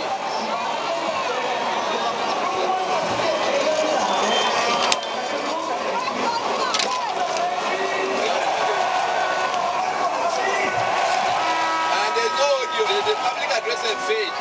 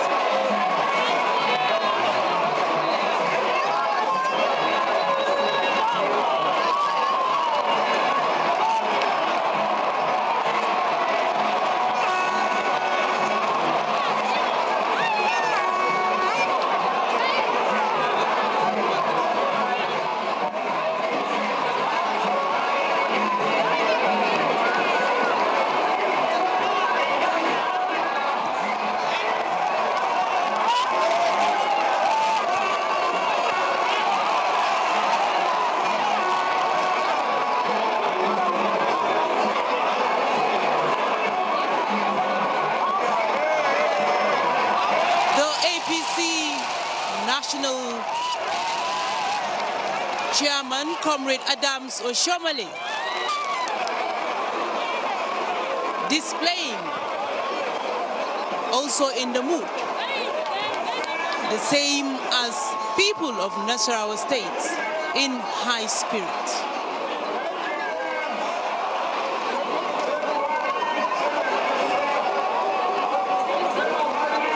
They say the achievements of the APC administration in the country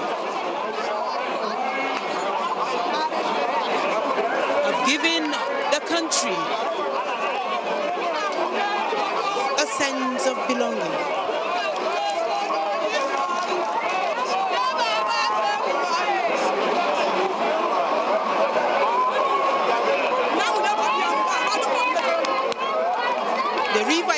implementation of the Made in Nigeria campaign, with emphasis on consumption of local products to gain grounds. One of the achievements, as highlighted here today,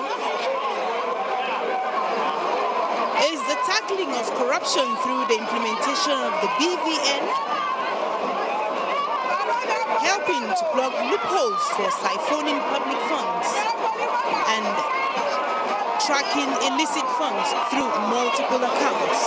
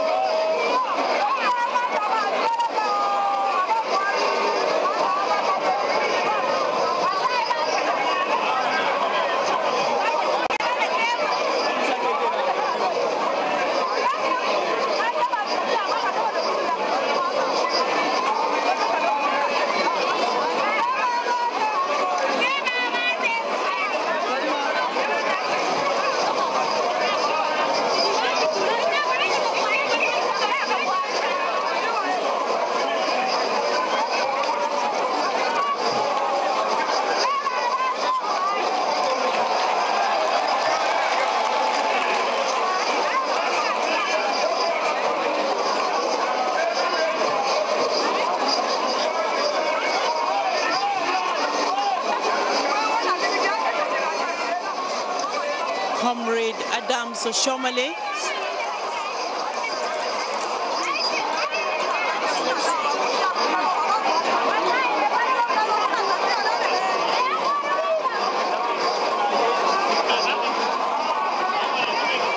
The APC National Chairman, Comrade Adams Oshomale, giving the people reasons why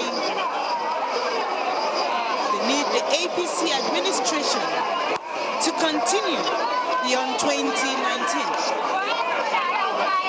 Still on the social investment programs, he said the NPAR has empowered over 200,000 youths and still counting.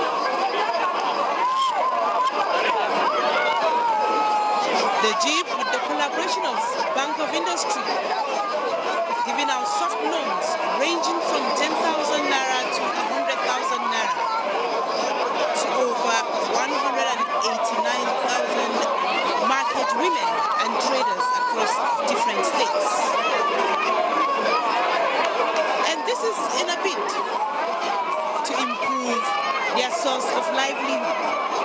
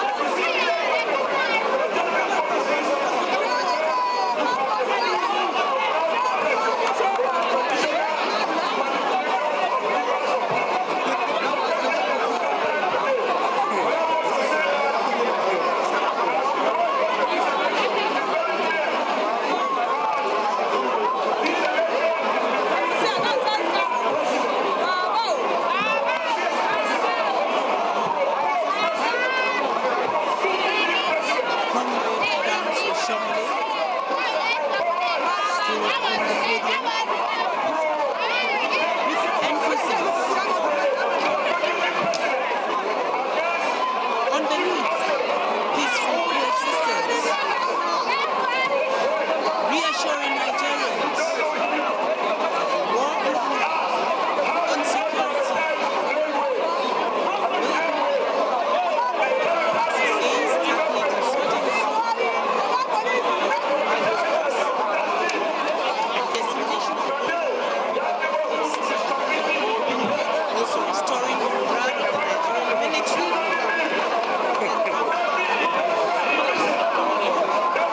ensuring continued peace in the Niger Delta.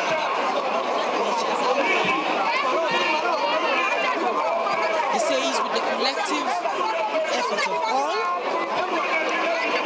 Nigeria will be a better place. As he calls on all to support the APC government.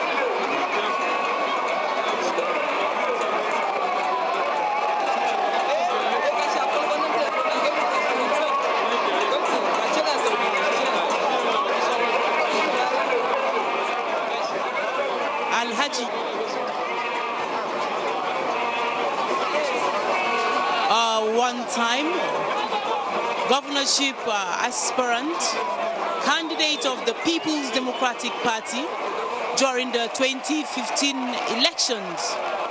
Today, he is decamping to the All Progressives Congress to join in the success story of the APC to contribute his quota to nation building, as he is being received by the APC chieftain.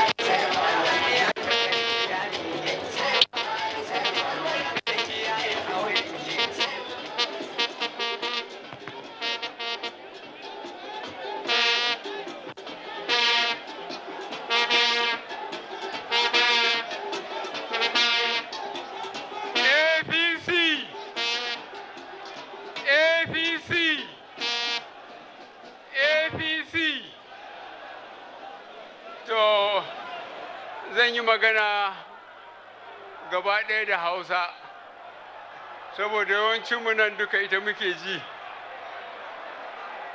Mai girma gwamnan Nasarawa, mai girma shugaban jam'iyyar APC ta ƙasa baki ɗaya, ministoci da suke nan tare da ni, balantana ministan cikin gida, General Dambazau, mai ritaya, 'yan majalisar tarayya da ta dattawa, 'yan majalisar jiha, mataimakin gwamna na Nasarawa da na Filato, jama'a assalamu alaikum. Ba wani abu sabo da zan gaya muku wanda da gwamna da waɗanda suka yi magana kafin shi ba su gaya muku ba. Na taso ne ku gani in ganku, in gode maku yadda kuka fito ƙwanku da kwarkwatarku, kuka zo ku saurare mu kuma su gan mu. Na ga shugabanninku, sarakunanku da hakimanku, na yi magana da su. Duk inda na je magana da nike in tuna ma al'umma alƙawarin da muka yi 2015. Mun yi alƙawari akan abu uku: zama lafiya da wadata da kashe cin hanci da rashawa. Akan zama lafiya, mutanen arewa maso gabas wato Maiduguri da Yobe da Adamawa da Bauchi da Gombe da Taraba sun fi kowa sani, kuma suna komawa gidajensu suna yin noma. Amma 'yan ta'adda sun sabo wani sabon salo, su sami yara 'yan mata yawanci 'yan shekara 15 da ƙasa, su ɗaura masu nakiya, su tura su masallatai da kasuwa da church su kashe mutane. Da in sun kashe mutane sai su ce Allahu akbar. To muka gaya masu Allah ba a zalimin sarki ba ne. Ba za ta yi ba ka ɗauki ran wanda bai ji bai gani ba kuma ka ce Allahu akbar. Ko dai baka san abin da kake faɗi ba ko baka yarda da shi ba. Saboda haka abin da muka sani shugabanci daga ƙasa har sama, daga sama har ƙasa shine adalci. Wannan adalci mu 'yan siyasa ya dogara ga mu tafi da ƙasar nan akan tsararren mulki na ƙasa. In ana son gyara a gyara, in ba za a iya gyara ba a iyakar ƙoƙari. Abin da zan tabbata muku, batun zama lafiya mun yi nisa, batun arziki wadata na gode maku da kuka koma gona. Abin da gwamnati ta yi shine ta kawo taki, ta kuma kawo shi da sahura, wato aka rage kamar rabin yadda gwamnatin baya take badawa. Kuma Allah cikin ikon shi ya ba da damana kamar guda 3 da suka wuce masu albarka. Duk wanda ya koma ya yi noma ya samu nasara. Saboda haka za mu ci gaba da ƙarfafa noma. Na uku shine ya fi wuya a wannan tsarin, hana cin hanci da rashawa. To, waɗanda muka kama za a anshe abin da suka ɗauka ba a kan ƙa'ida ba. Mu maida ma gwamnati, mu yi ayyuka da su. Muna yin ayyuka na hanyoyi, muna yin na layin dogo, muna aikin kawo wuta. Da ikon Allah za mu ci gaba da yin wannan, kuma mun ɗauka in kuka ba mu ƙuri'a amana kuka ba mu, kuma ba za mu ci amana ku ba, insha Allahu. Allah ba mu damana mai alheri. Zan ɗaga hannun wanda zai yi muku gwamna daga watan biyar na wannan shekara mai zuwa shekara 4. Ga hannun shi. To ka zo mu zagaya da kai.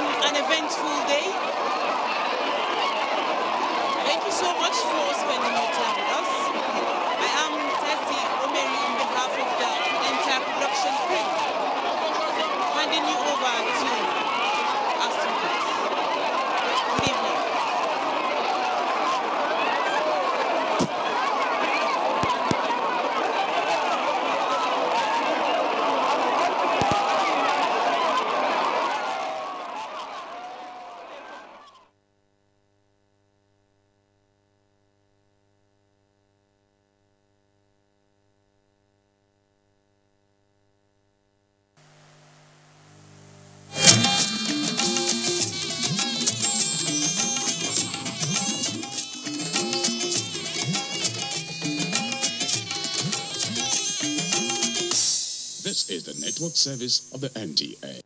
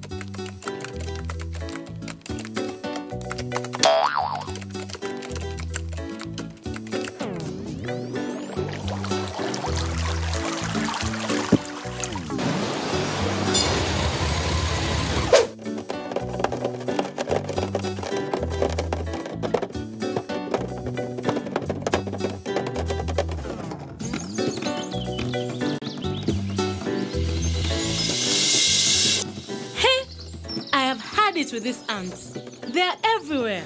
You know, over half of my coconuts were ruined today. I came home to find my rice bag completely empty. Those ants. Hey, they even attacked my DVDs. That's it. It's time to fight back.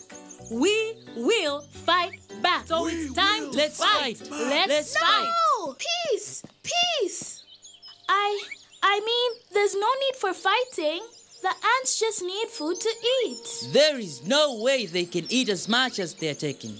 Those greedy little rascals. They are thieves, they are. They take more than they need. A year's worth of rice for a human they took. That will last them a decade. I've heard it.